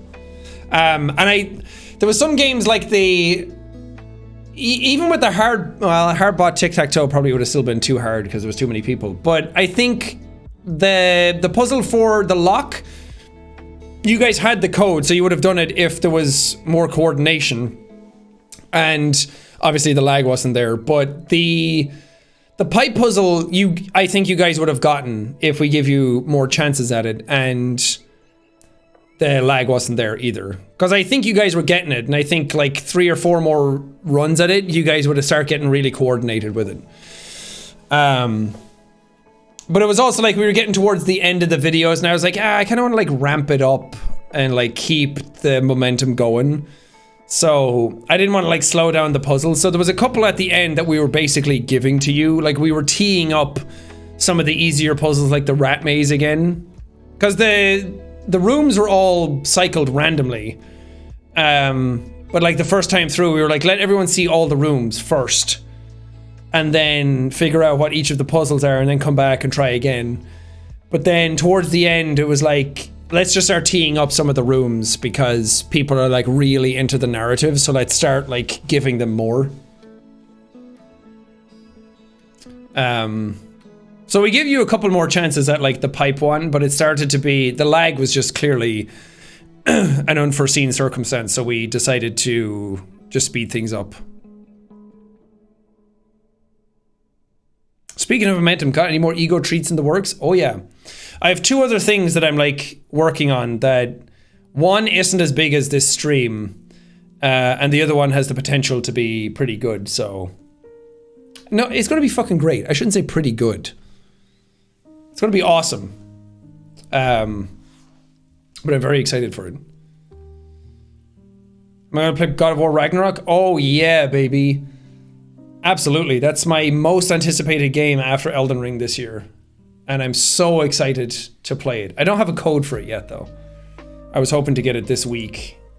Because it would be nice to be able to get the entire game done before it comes out on the 9th. So then I could just go and not get like spoiled and have people ruin it in chat or in comments.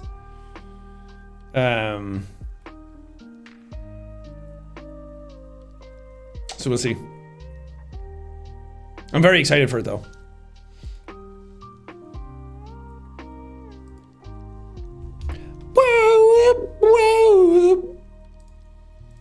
Great music. Amazing.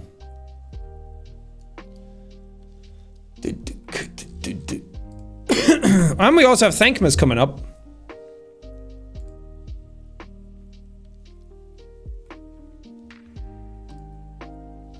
Thankmas is going to be happening December 9th, I believe, is the date.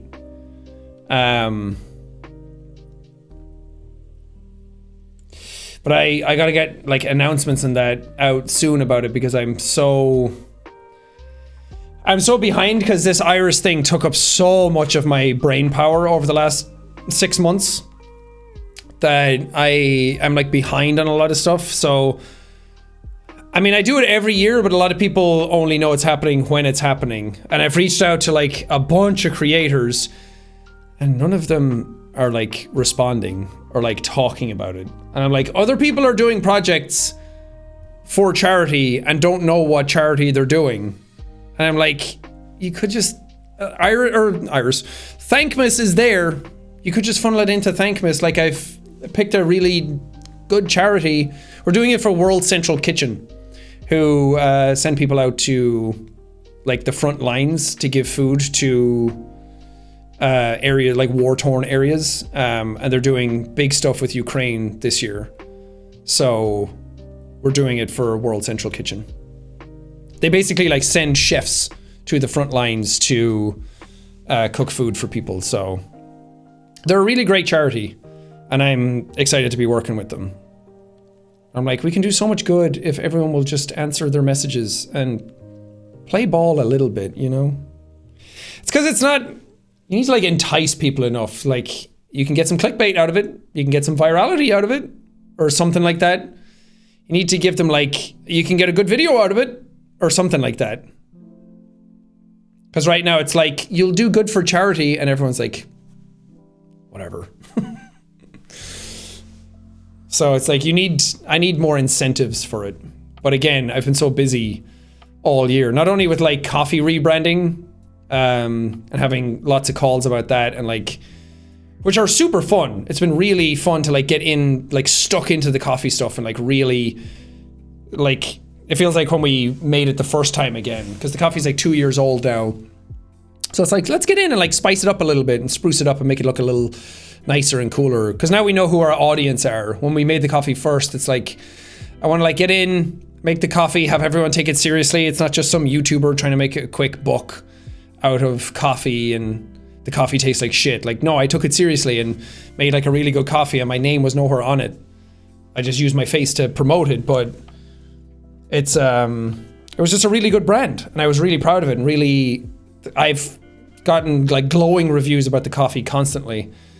So I'm like, yeah, it's a good product. The beans are good. It's good quality coffee that's worth like paying for.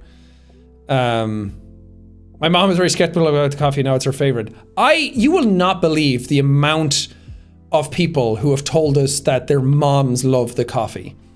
Like, not even as a joke. There are an inordinate amount of people, like way above average, that are saying moms love the coffee. We got to go big on Mother's Day next year. We got to cater to all the MILFs. So I'm glad people's moms like the coffee. It's like, there's some dads that like it, but everyone's moms seem to love it. But yeah, it's been fun to like get into the coffee stuff again and be like, okay, now we know our audience. Let's like shift sort of like the packaging a little bit. It's been very fun. But again, taking up a considerable amount of my time. Same with like getting sick and traveling. Like I traveled for the Iris thing in August I didn't get sick then, but it definitely took a lot out of me to like be jet lagged. I did all of that acting jet lagged. That's why I look so tired. But doing that and then coming home and then, what did we have after that? We had something in September. Oh, we had like friends coming over. We had friends coming over in September, and then we had friends over at the start of October and showed them around Brighton. And then we went to the YouTube Summit in Spain, like middle of October, like the 18th to the 20th. And then I got really sick from that. And I really thought it was COVID. I was on the plane on the way back being like, uh-oh, I'm not feverish and I don't have a cough, but my joints are starting to ache. And I was like, this feels like the last time. And then a couple of days went by and I was like, I still kind of feel like that, but I'm not feverish. And then I started getting a cough and I was like, uh-oh. And all my tests were negative. And then 4 days later, I got a fever. And I got an awful fever for 2 days. I was like bedridden. And I was coughing up my lungs for that week. And I still have a bit of the cough, but I'm on like a steroid inhaler and like antibiotics and everything because I have a terrible immune system. And the asthma doesn't help, but I got really sick from that. And I even got the thing on my phone being like, notification, you came in close contact with somebody who had COVID. And I was like, oh, fuck. So it is. And I took like 9 tests constantly and they were all negative. So I think, we looked it up and it's like COVID is like fever immediately. And that's like one of the first signs. And then that levels out and then you get the cough and everything else. And then we looked up, okay, what's a flu? And a flu is like cough first day, aches, and then fever 4 days later. And I was like, that is exactly what I got. So it was either a respiratory virus or a flu or both.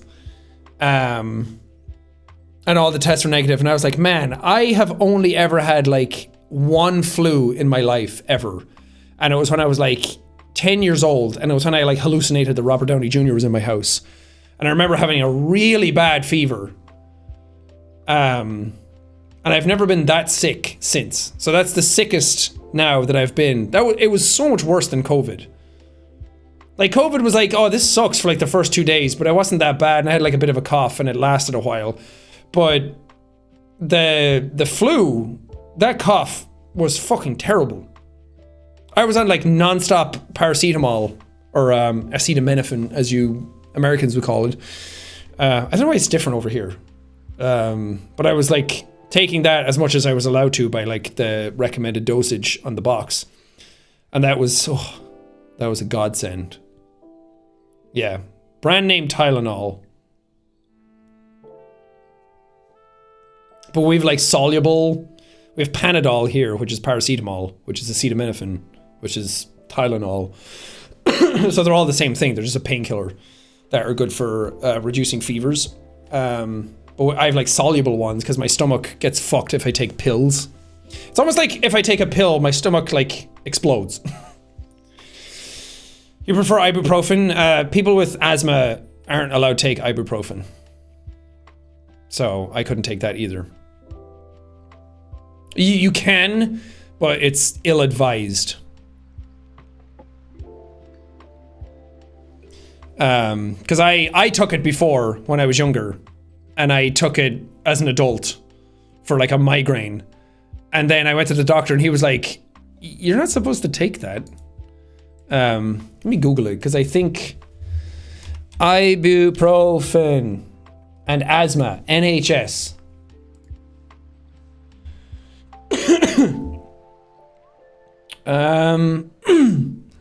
You're not allowed to take it if you have increased risk of bleeding, Crohn's disease, ulcerative colitis. To make sure ibuprofen applied to the skin is safe for you, tell your doctor or pharmacist if you have kidney problems, asthma, hay fever, allergies, stomach ulcers. So it's like you can take it, it's not going to kill you like immediately. I shouldn't be saying this.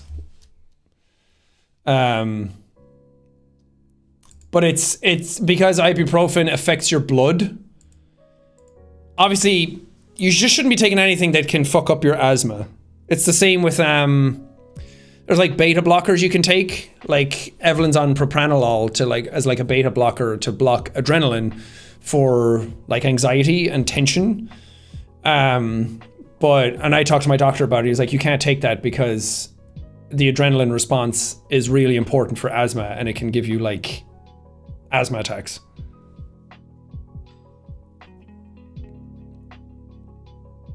But everything has like crazy side effects. Yeah, people who have asthma are advised to take ibuprofen with caution. If a person has asthma, takes ibuprofen as a painkiller, it can cause symptoms of asthma or inflammation on the insides of the nose. So it like affects your airways. So it's not like you're going to take ibuprofen and your fucking chest is going to explode. So if you have taken it, there's no need to like freak out. It's just more about like, especially if your asthma is flaring up, you really shouldn't take it. And especially if you have a respiratory virus and you have asthma, ibuprofen is not advised because it will just make things worse because it can change the way your airways work.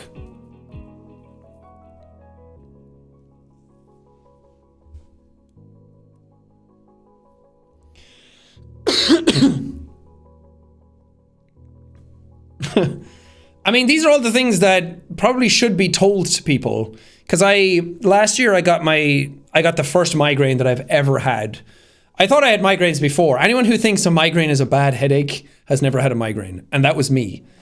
Because I was like sitting down in the kitchen. I think I've told this story. And I started to see like shimmering on the side of my eye. And I was like, uh-oh. And I was like, I think I'm about to have a migraine because Evelyn used to get ocular migraines or like shimmering migraines.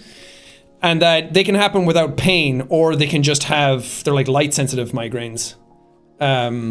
or they can just be the shimmering. It's whatever. People don't really know why migraines happen. And that happened to me, and I was like, oh, this happened to me when I was like 21. And I remember talking to my Korean girlfriend on MSN Messenger, and I couldn't read the screen, and I thought I was going blind, and I went to bed, and I woke up and it was gone. But there was no pain to it. So then I started getting the shimmer, and I was like, oh, that's what that is, right. And then I told Evelyn, she was like, yeah, that's a migraine, like you should be ready, because it could be, like the pain could kick in.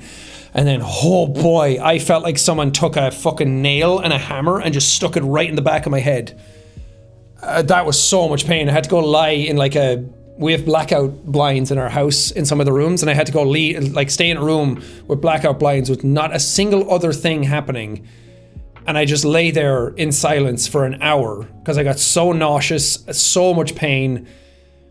And then after that, I was like, oh, I can't think.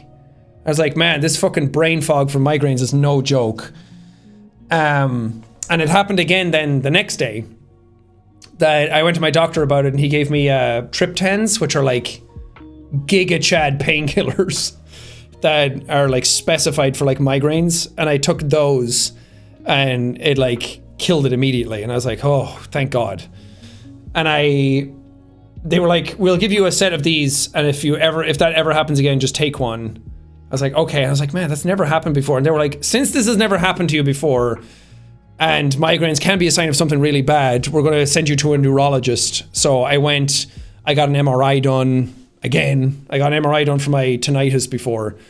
Came back fine. It's just annoying, but it's not like degenerative, and it's not bad, like physically. So I got an MRI done for the migraine as well, and they were like, no, everything seems to be fine. And I was talking to the neurologist, and he was like asking me a bunch of questions, and I had like my AirPods Max with me, the Apple ones. He was asking me a bunch of questions about them, and I was like, why is he so interested in these? And I was like, oh, you're like talking to me to see what my speech is like. Got it. And I didn't know that until after, but he gave me the all clear as well, and saw nothing crazy. But then when I got COVID at the end of last year, that brain fog has not gone away. I feel like getting COVID has fundamentally like changed my brain chemistry, because I have a harder time. You know, sometimes you say a sentence and it's like the hard stone, and you're saying like the starred hone, and you're like, huh, brain fart, ha ha ha, weird. I would get that like once every 4 months maybe, or it wouldn't be that big a deal.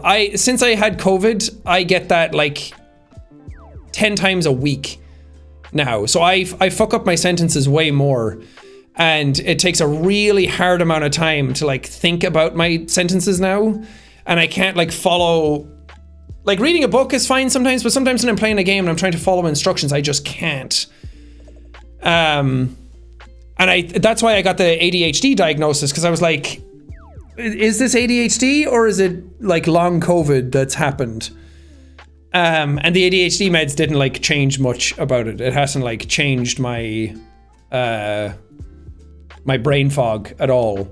It kind of helped a little bit, but it didn't help as much as I was hoping it to. So I think it just fucked up my head. But it's hard to like say that, because then people are like, yeah, sure. And what do you really do about it? So it's like, fuck. I think COVID just actually fucked up my brain, and it could be permanent. So they do say that it could mess up your brain. Like people who got the early COVID and lost their sense of smell and taste. It's like, yeah, that altered your brain chemistry and like killed part of your brain basically.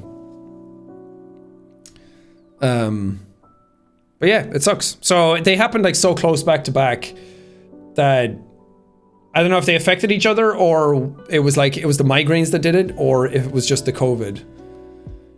But yeah, I legit felt like I was getting Alzheimer's. I was like, because I have health anxiety as well, so anytime anything like that happens, I start to like really catastrophize things. Like I had the fever for 2 days, and Evelyn's had a bunch of fevers in her life, and she was like, it's fine, you're fine. And I was reading online, it was like 39 degrees or above, you're supposed to call the doctor. And I was like 39.3. And I was like, but I feel okay. And I was like, am I dying? That's the way my brain works.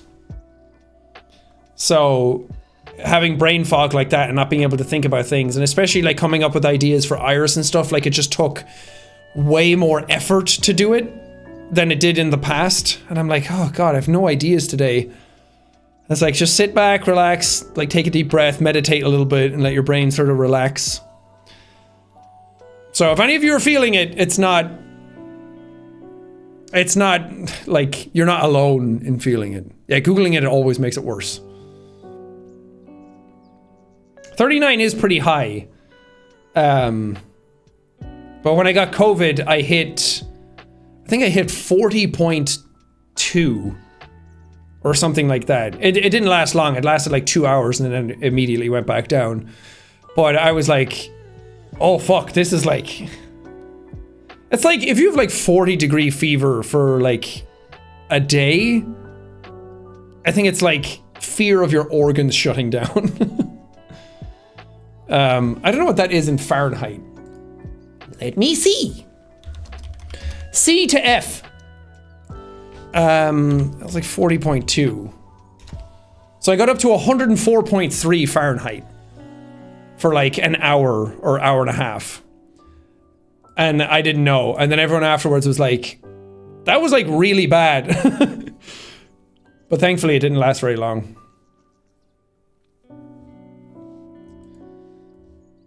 Again, my immune system's just shit. I think because I have like digestive issues, so my immune system just doesn't work well. Jesus Christ.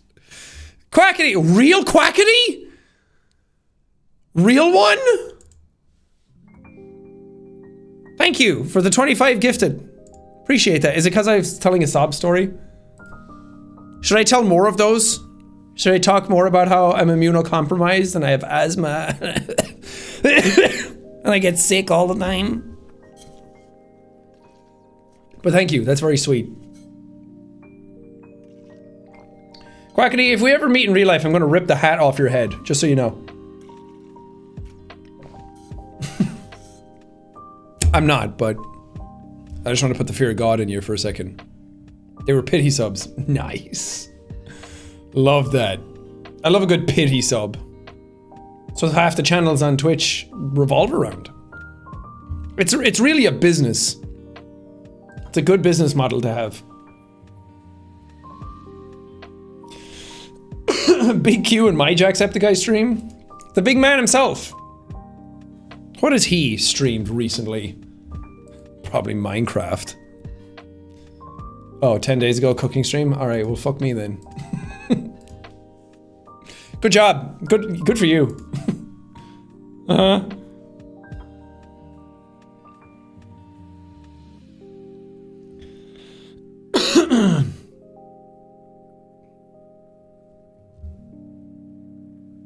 How's your drumming going? I haven't played drums in like 8 months.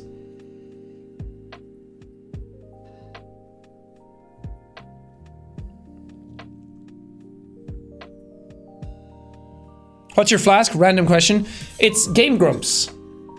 Aaron sent me like a care package. And I've gone through a ton of water bottles. This sounds like a plug. And it should be, because it's a great one and they made a great thing and I'm proud of them. And Aaron helped me out a lot for the Iris shoot. So you should go subscribe to them and buy all of their merch. But I've gone through a lot of different bottles. I was using like a glass one for a while. I think you guys saw me use it.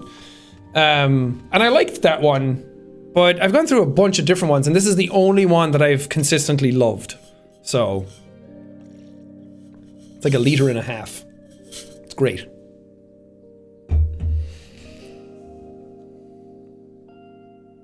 I did episodes with Game Grumps, by the way. We played Mortuary Assistant together when I was in LA, and the episodes are only coming out now because it's Halloween. But, hey, Trey, thank you for the subs. Trey, we were talking highly of you earlier. But I did 2 episodes of Mortuary Assistant with Aaron and Danny that are up now. But I also did some more episodes on other things. So, I don't know, I don't think they've gone up yet. Hey, I'm Grump! No, they haven't. So, those will go up eventually. But it was very fun. I love recording with them. Actually, hey, Kid Fox, thank you for the subs. I really love recording with other people. I get so my humor is so different. I'm so much faster. Clearly, my fucking brain is falling apart on my own. When I'm on my own, I'm like, was that funny? Haha, me. When I'm at other people, I get immediate feedback, and I'm like, oh, I know how to make you laugh now. I'm gonna try harder.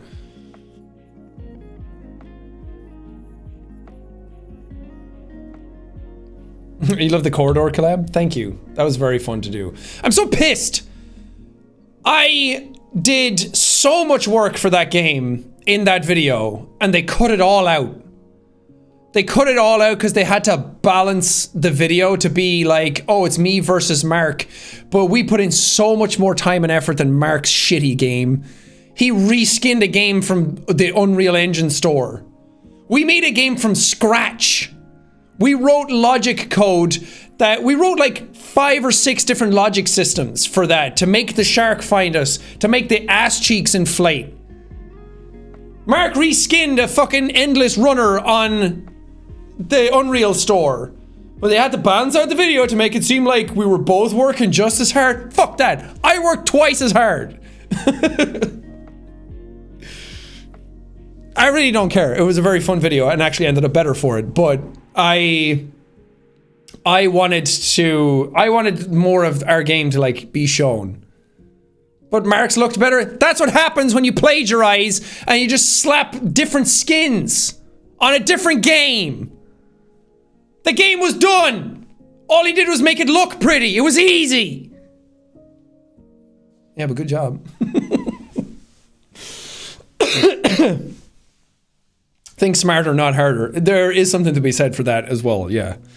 No, I legitimately don't care, but we had like so much work. It was mainly for Sam, because he worked really hard to figure out those logic systems, and like he sat down and was like, okay, how do I do this? And then he came up with some like really clever ways of doing it. So he wrote like so many logic systems. The logic system, by the way, is like, we want to walk forward and hit the spike and have it inflate ass cheeks and make us go higher into the sky, which is what my game was about. So you write logic for that, like, okay, character steps forward, hits thing, you connect those. What happens when you hit thing? Inflates ass cheeks. What happens then? You connect like everything to everything. Yeah, it's the cause and effect of the game. Whose game was better? If you don't fucking vote me, I'm ending stream immediately. But Sam worked really, really hard to make the game, like, do all that stuff, because I threw a lot of crazy shit at him. Because when we sat down, we were talking about it a lot, and Mark was like hyping up Unreal Engine because he's wanted to do it for a really long time. And I was like, oh god, he's going to like come up with something like really intense, and like he's probably been practicing it in the background and like seeing the other guys make stuff, and I was like, oh god, I'm in way over my head.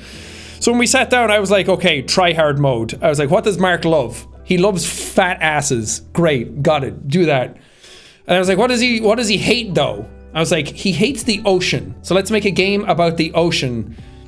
And his way of playing it is that his incentive is to save the fat ass.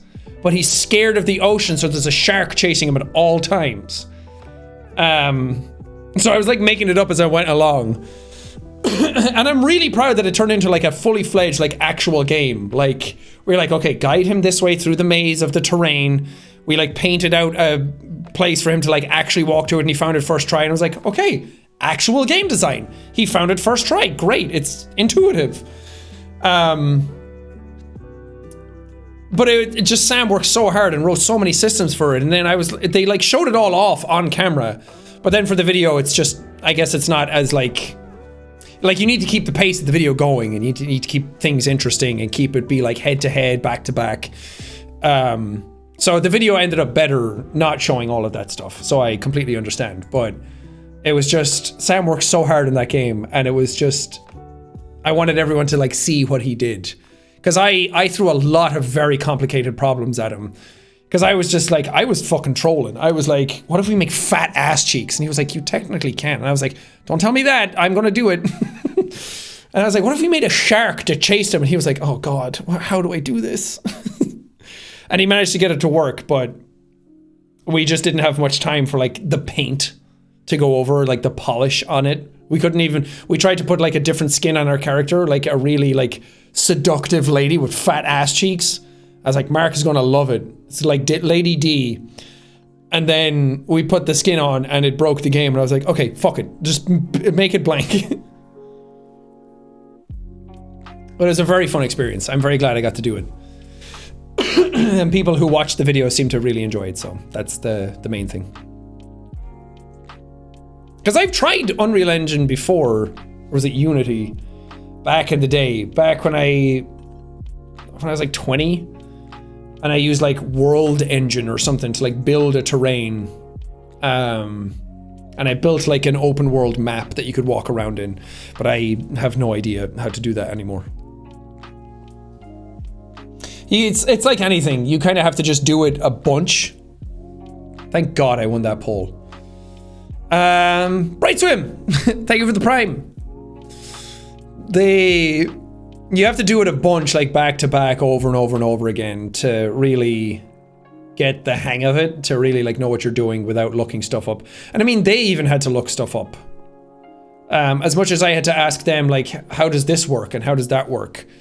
And like I learned a little bit by the end of it, like how to connect things and like make the logic and everything as well. But even they had to look stuff up of being like, how do I do that? Like even changing the gravity of the world to make it seem like we're underwater was like how do we do that?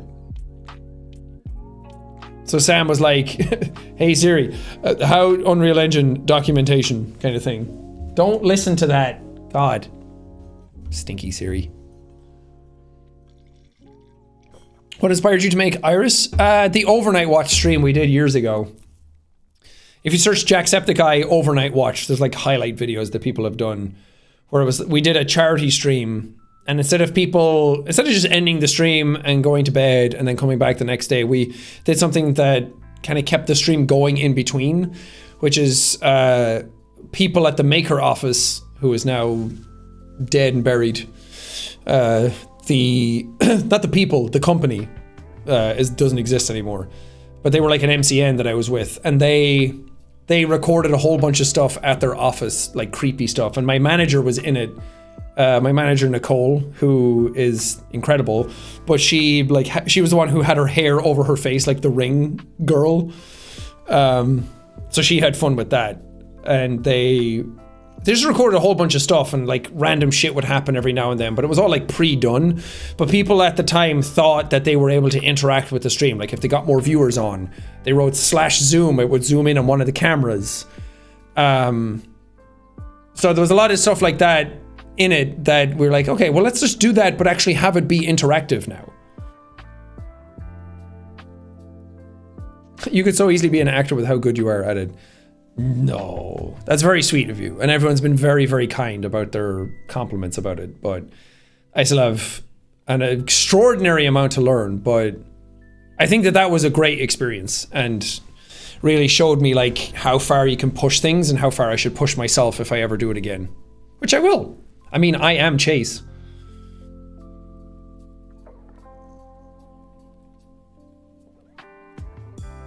Are you interested in Hollywood style or self-made YouTube stuff? Why not both?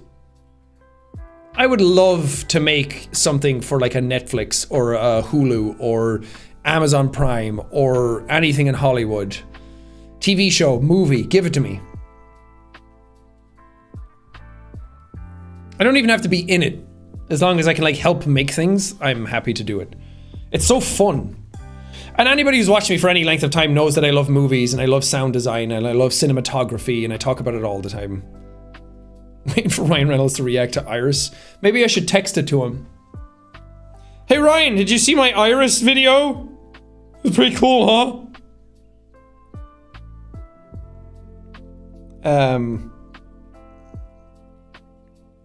But I did text him for his birthday. And he said thank you. Isn't that cool? How wild is that? I was on my flight home from LA as well after filming everything, and they had aviation gin on it, and I was like, and I ordered one, and I put it on the thing, and I took a picture of it and sent it to him. Still a fangirl, yeah. Always. I love him so much.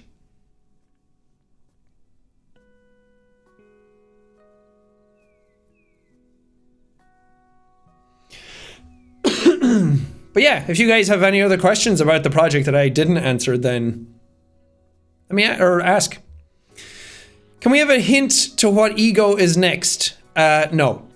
Or what Alter 5914 is. Alter 5914 I give a hint about on the Iris Twitter today.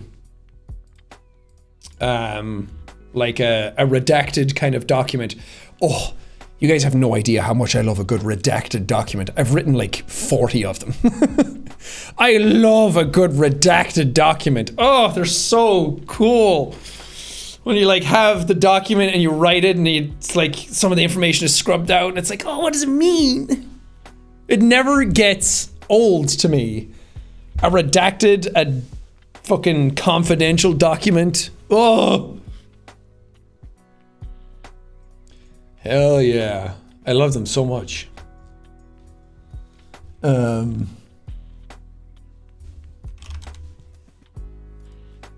are people reacting to that document?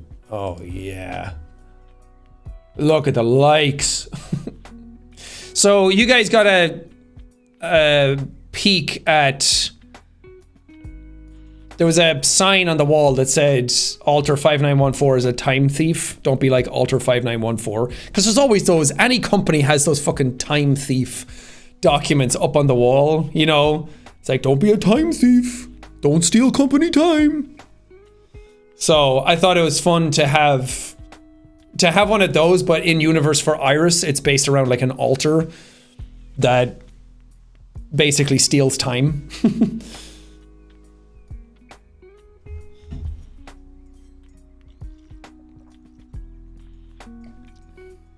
But I like everyone's theories on it. I like everyone's theories on everything. It's my favorite part of about doing any of this stuff.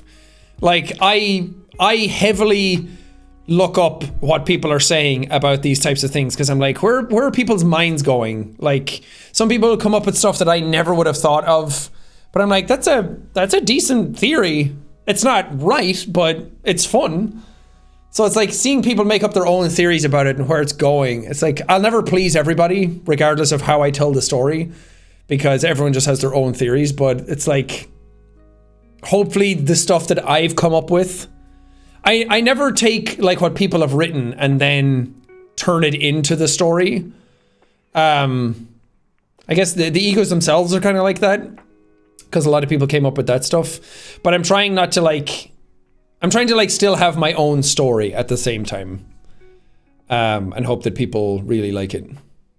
Let's hope Pat makes a theory about it. That would be so cool. He doesn't have to, but that would be fucking cool. I'd be curious to see what he thinks about it all. But yeah, the theories are my favorite part about all of this. That's why everything's so vague all the time. It's so much more fun to see you all go away after a stream or a video and like write all of your theories and all of your thoughts and all of your combinations of different ways it could all work together and how it doesn't work together. It's just so cool. And all the fan art that comes out of it is so amazing. People are so quick and they're so talented, and the fact that something I made can inspire people to make something so cool. It's amazing. I love it. It's like me inspiring that stuff, then inspiring me, inspiring that stuff.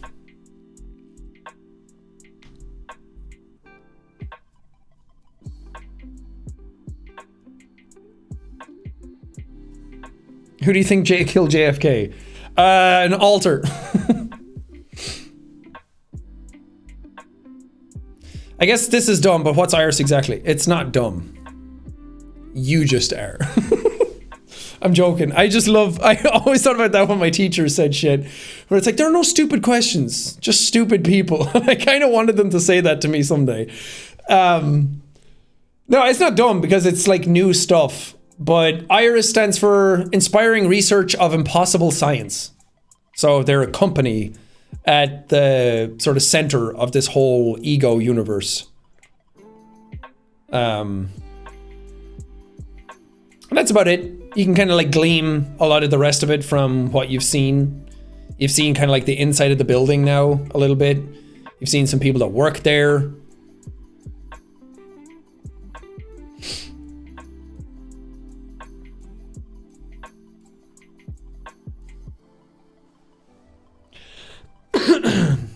Did you see people be using their alter as their names on Twitter? Yeah, that stuff's super cool.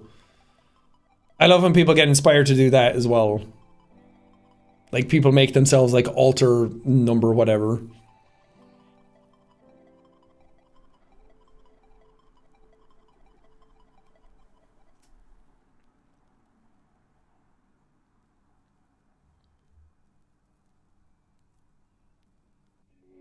Yeah, I have some cool like behind the scenes pictures as well of some of the people who were involved in it. Yeah. Especially the stunt people, because it was so convincing that they were dead on the ground that I kind of want to show you. Oh, actually, maybe it's on my phone. I'm just going to show my phone to camera, and that's about as good as it's going to get. I got it way back now. All the way back in August.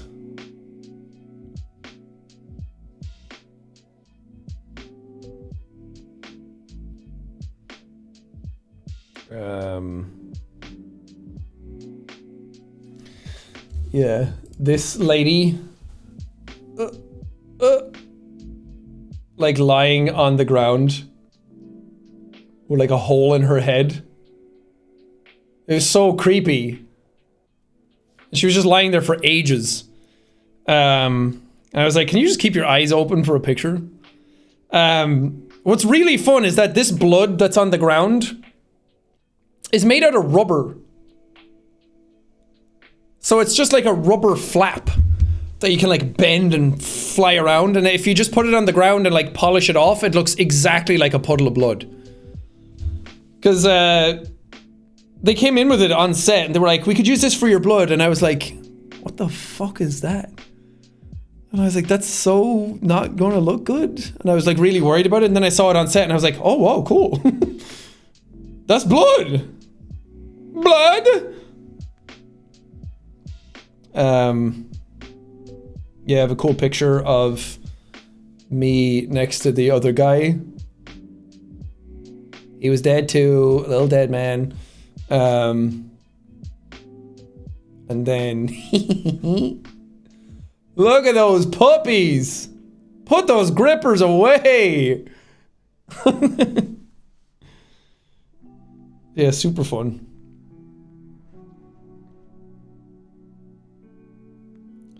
I also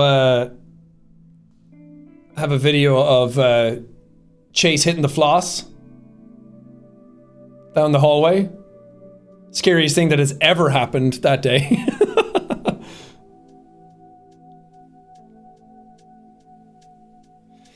Because of course, Chase feels like the kind of character. Remember Chase Brody doing trick shots? Of course he would floss after doing one of them.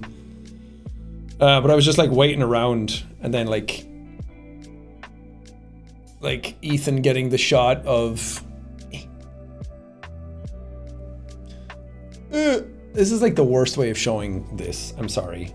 I don't have it on my computer. It's just Ethan shooting the scene of Chase being scared of Auntie. It was very cool. I have 1,000,001 behind the scenes pictures. But a lot of them are like, they're not that interesting to look at. I posted some cool ones yesterday on my story on Instagram. See if I can find... Oh yeah, I should show you the rig. Can I... Let me just actually open that in...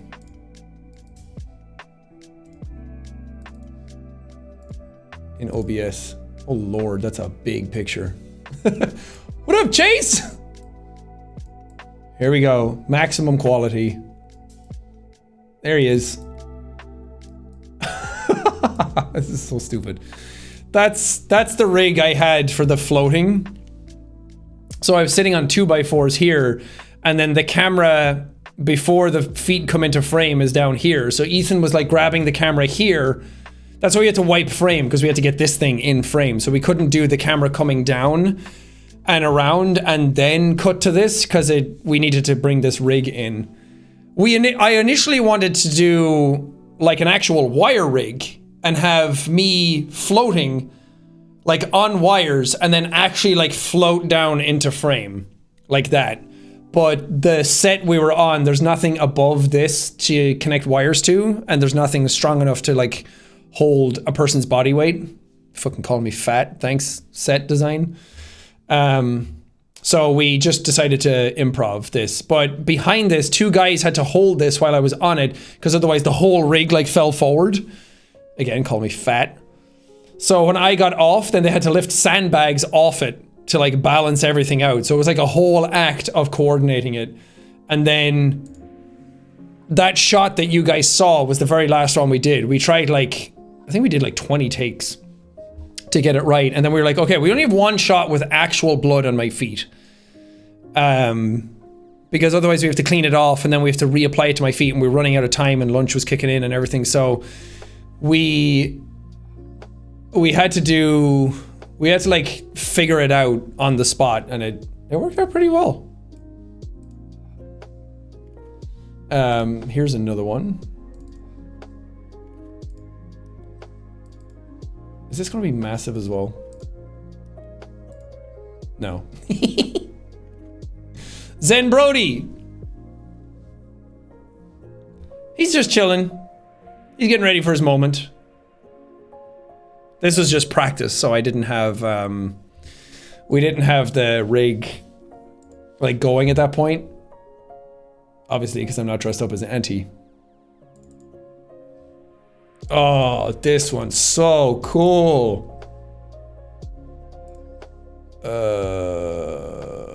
God, I lost it. Hold on.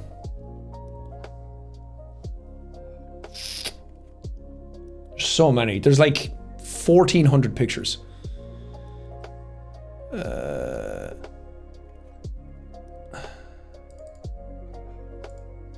This one. That's so cool.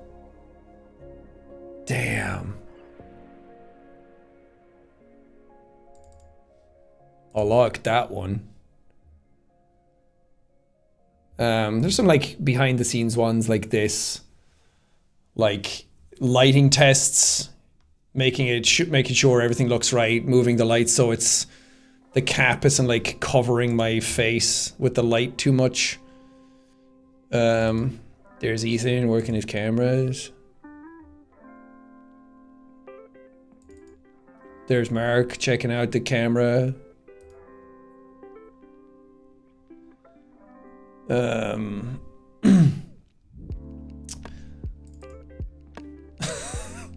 There's me and Ethan talking about shots. You know, just Hollywood.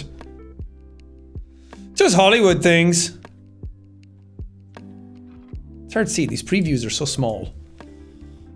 Here's some like miserable chase shots. He looks so fucking tired.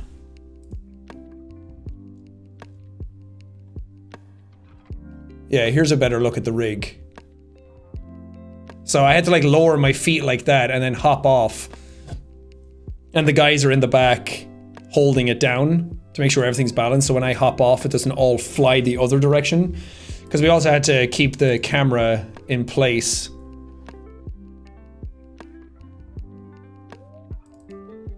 This is us testing out some shots.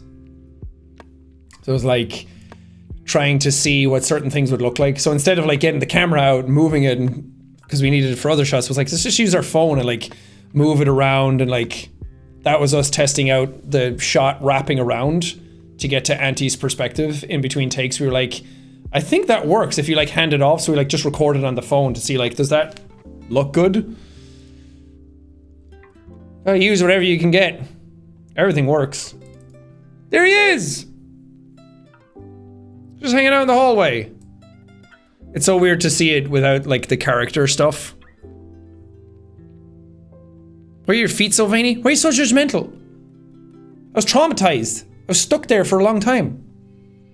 7 days, and then big demon man showed up and tried to kill me. Yeah, there I am. That's me doing the actual takes. So you had me up top, like lowering my feet down. Then you had Mark handing the camera to Ethan on the other side. He's just out of frame.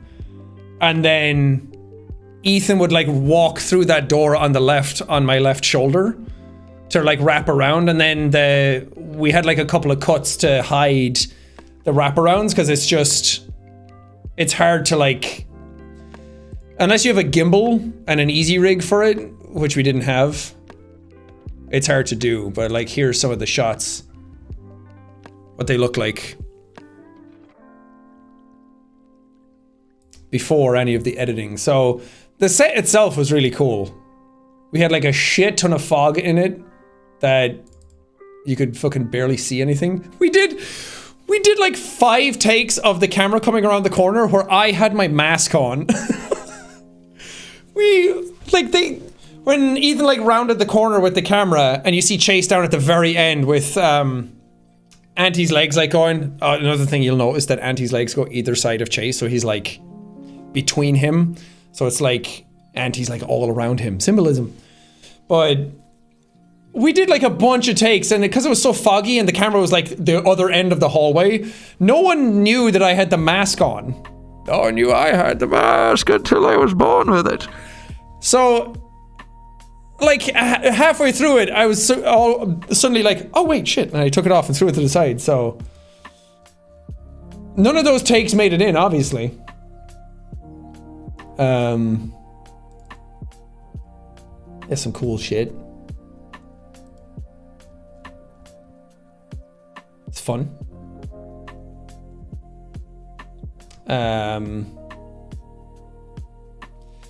There's a couple of fun pictures with the stunt team, but you guys haven't seen that footage. I'll use it at some point. There's Chica.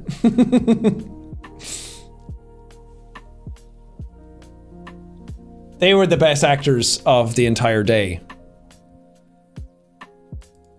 There's Aaron.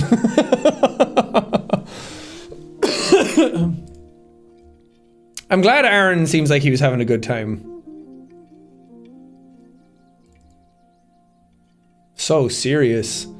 So this was like, we did a take, and then I would come out and have to listen to the audio and like watch the shot and be like, okay, is it the way I want it to be? Is the acting good? Is the take good? Is the lighting good? Camera work good? There it is again, so serious.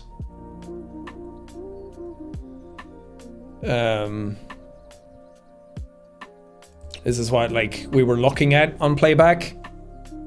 So if you wanted to look back at it, it kind of looked like this. I mean, it's just standard camera shit. I don't know, this is like the other side, so this is the part you never got to see. Did Ethan do most of the camera work then? Ethan did all of the camera work.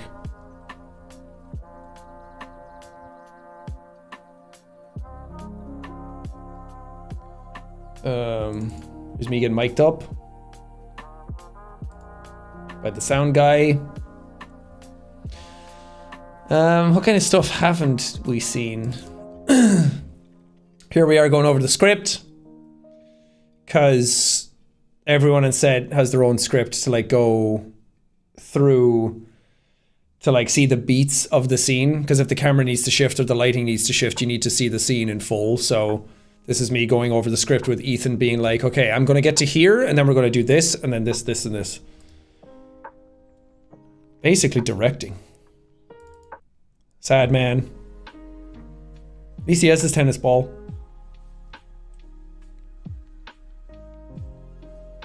Yeah, these are great pictures. Jocelyn did such a good job with them. I like this one. What's he thinking about, you know? He's thinking about shitting and a pissing. Probably.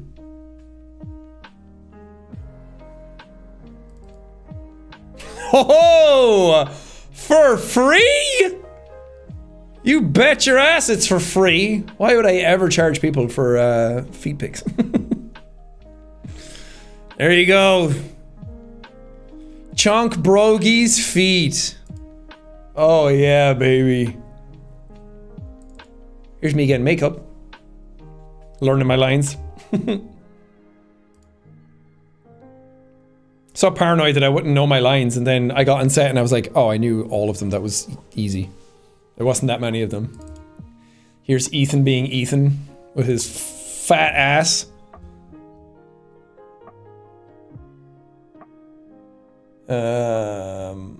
What else? What else? What else? There's a, let's see if I can find it. There's a, I don't know why I always do the same pose when there's a fucking camera on me, but I always show my ass to the camera. I don't know if I'll be able to find it. Oh, yep.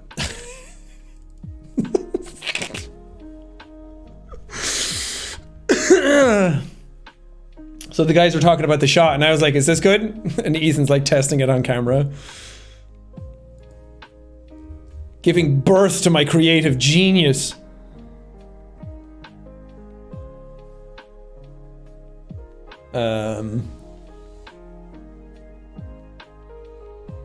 Yeah, that kind of stuff is so cool.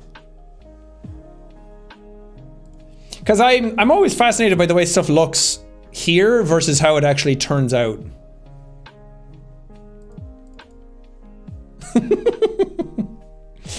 Yeah, he's real scary now, huh? Real intimidating when you take the veneer off. That's his come at me, bro. I think there's another one like that.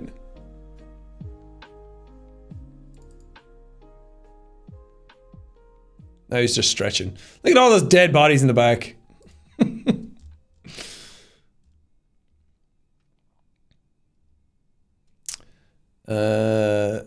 There's a lot of stuff from like just pictures of the posters on the wall in case we needed high versions of them, high quality versions of them.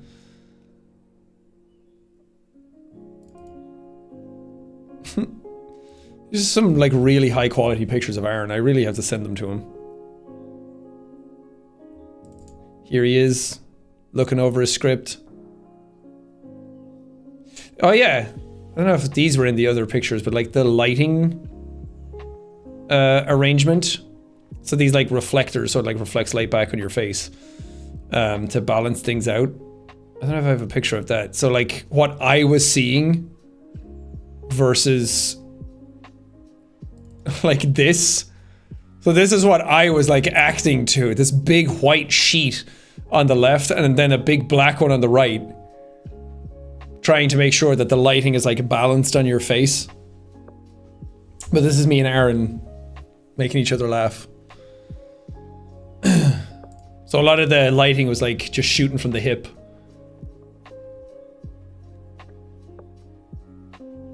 Our beautiful cafeteria that someone completely remade in Unreal Engine that looked so fucking good. I was so impressed that it was like 1-to-1. Yeah, that's where the scientists go. That's the poster with Alter 5914 on it. Yeah, they were like, should we have top of the morning coffee in the background? And I'm like, no. As fun as that is, I don't want to like distract from it. I want it to be like serious. Getting more makeup. You know, as you go.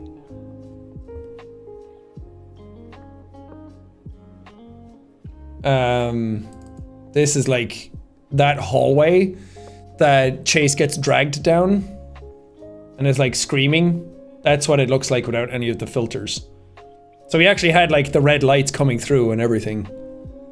In case it didn't come across on camera as well.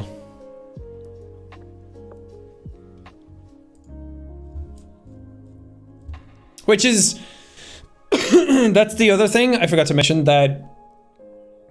So this is like a direct reference to the Dark Silence video. Where you see Chase walks down the hall and then Auntie's in the red room and like turns and looks at him. So this is the reverse of that.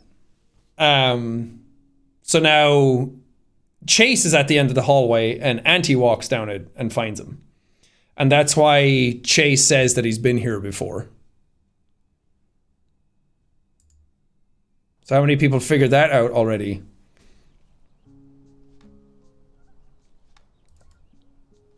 There I go. And dragged away.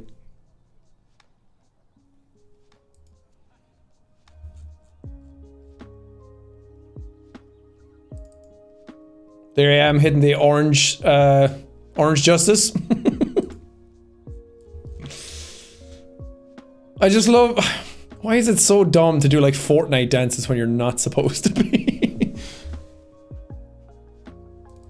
Yeah, this shot is cool. In prison first moves me too cool.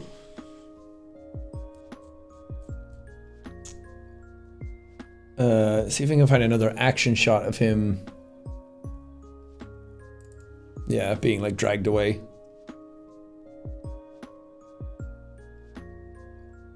Very fun. That's it with the doors open. And then there was like a removable piece of wall. So there's like a let's say like a 6 foot wide chunk of this wall beside Ethan that is just on wheels. So at the end of the door, you can just wheel it in behind you. So that's what was behind Chase. And it just makes it look like you go down and like turn the hall. So it's all like tricks to just make this space appear bigger. So we just had that up, blacked out the sides of it, and just pumped it full of fog. That's a good shot. The sort of like desperation, the struggle, and then Aaron's not even looking at him.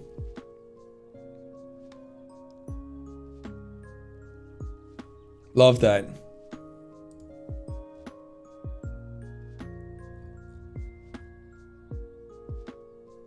I think that's pretty much it. I mean, there's a lot of pictures, but most of them are just like burst shots of the same scenes.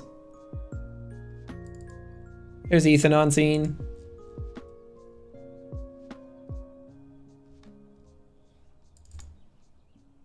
Look at him go. They sometimes, here's the three of us looking over shots, making sure everything looks good. It was very fun. It's just fun to make shit, you know? What is this one? Oh, cool. It's Auntie waiting for the word action.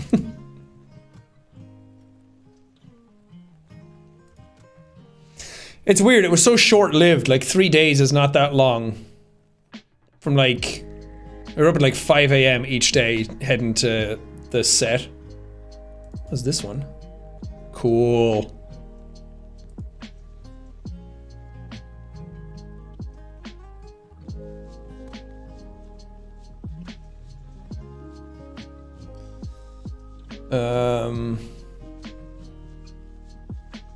And then these ones, but I've like I've teased like the better versions of these. Are you gonna post these? I don't know. Maybe on Twitter, but after a while it's like, you're still posting these pictures?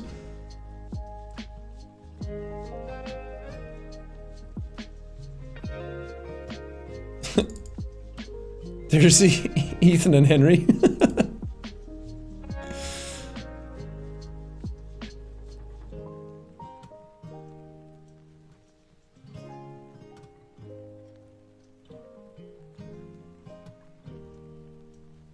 Oh, Aaron. What a cutie.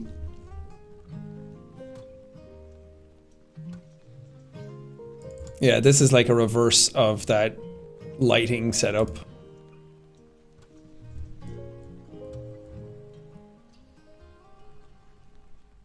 And then me at the very end when it was all done. I love as well, when I uploaded the picture of me being done, everyone was like, why is his hair so weird? Why is he wearing a wig? Like, guys, I just went through hell and back. I just got dragged down a hallway. I've been wearing a hat a lot. You know? Why it does look like a wig.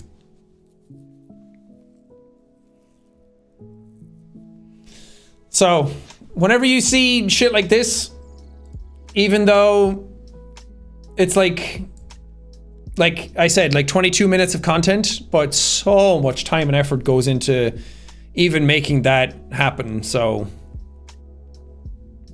it makes you appreciate how hard it is to make a movie. Is the man bun going to make a return? I'm going full, man. You won't need a man bun when it's all long. It just takes so long to grow hair, you know? I don't know, I've never grown my hair out before. And it was starting to get really long, and I was like, what if I just let it go? And see what happens. I'll pull the Aaron Yeager. You know, where you tie it all back. We still have the front bits down. Aaron Yeager.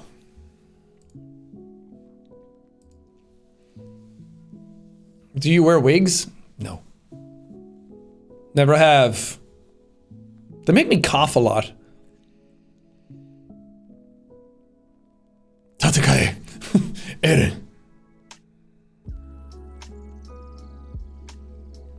Ryoiki Tenkai. You ever seen those TikToks going around where somebody's like, I got all of my friends to say.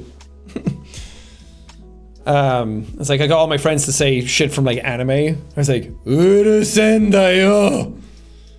Or from Jujutsu Kaisen, Ryoiki Tenkai. Like the domain expansion.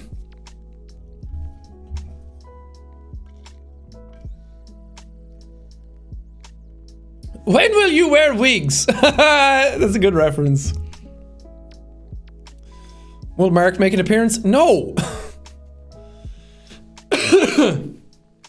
Mark has his own universe going on. I have my own universe going on.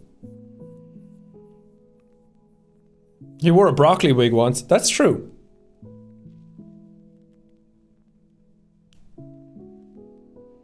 What's your favorite sound design part in Iris? Oh. I think maybe the echo voice. Because Trey worked really hard to get it to sound cool. And it paid off massively, because I'll see if I can find the original sound. No, that's not it. I have it somewhere. Maybe not. Did I delete it?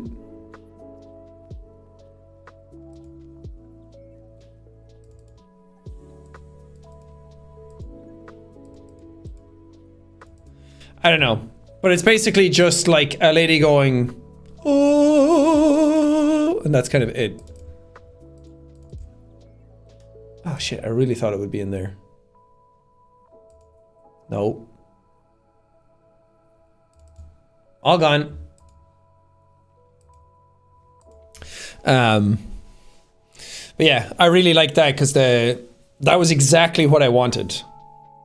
I was like, it should be weird, ethereal. It should sound like somebody's actually talking to Chase, like in his head, but the audience can't hear it.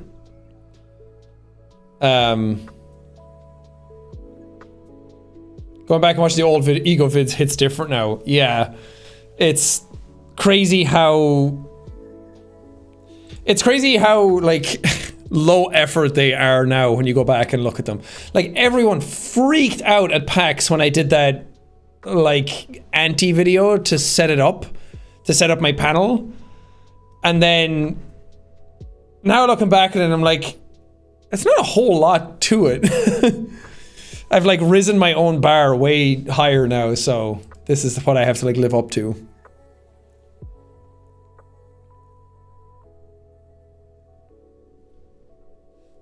But yeah, I am very glad that people enjoyed it and people had fun and people just had a cool experience out of it, because that's the whole low effort. You busted your ass. I mean, I did, but just back then I did. It was a lot of effort, but now it looks low effort in comparison, I was saying.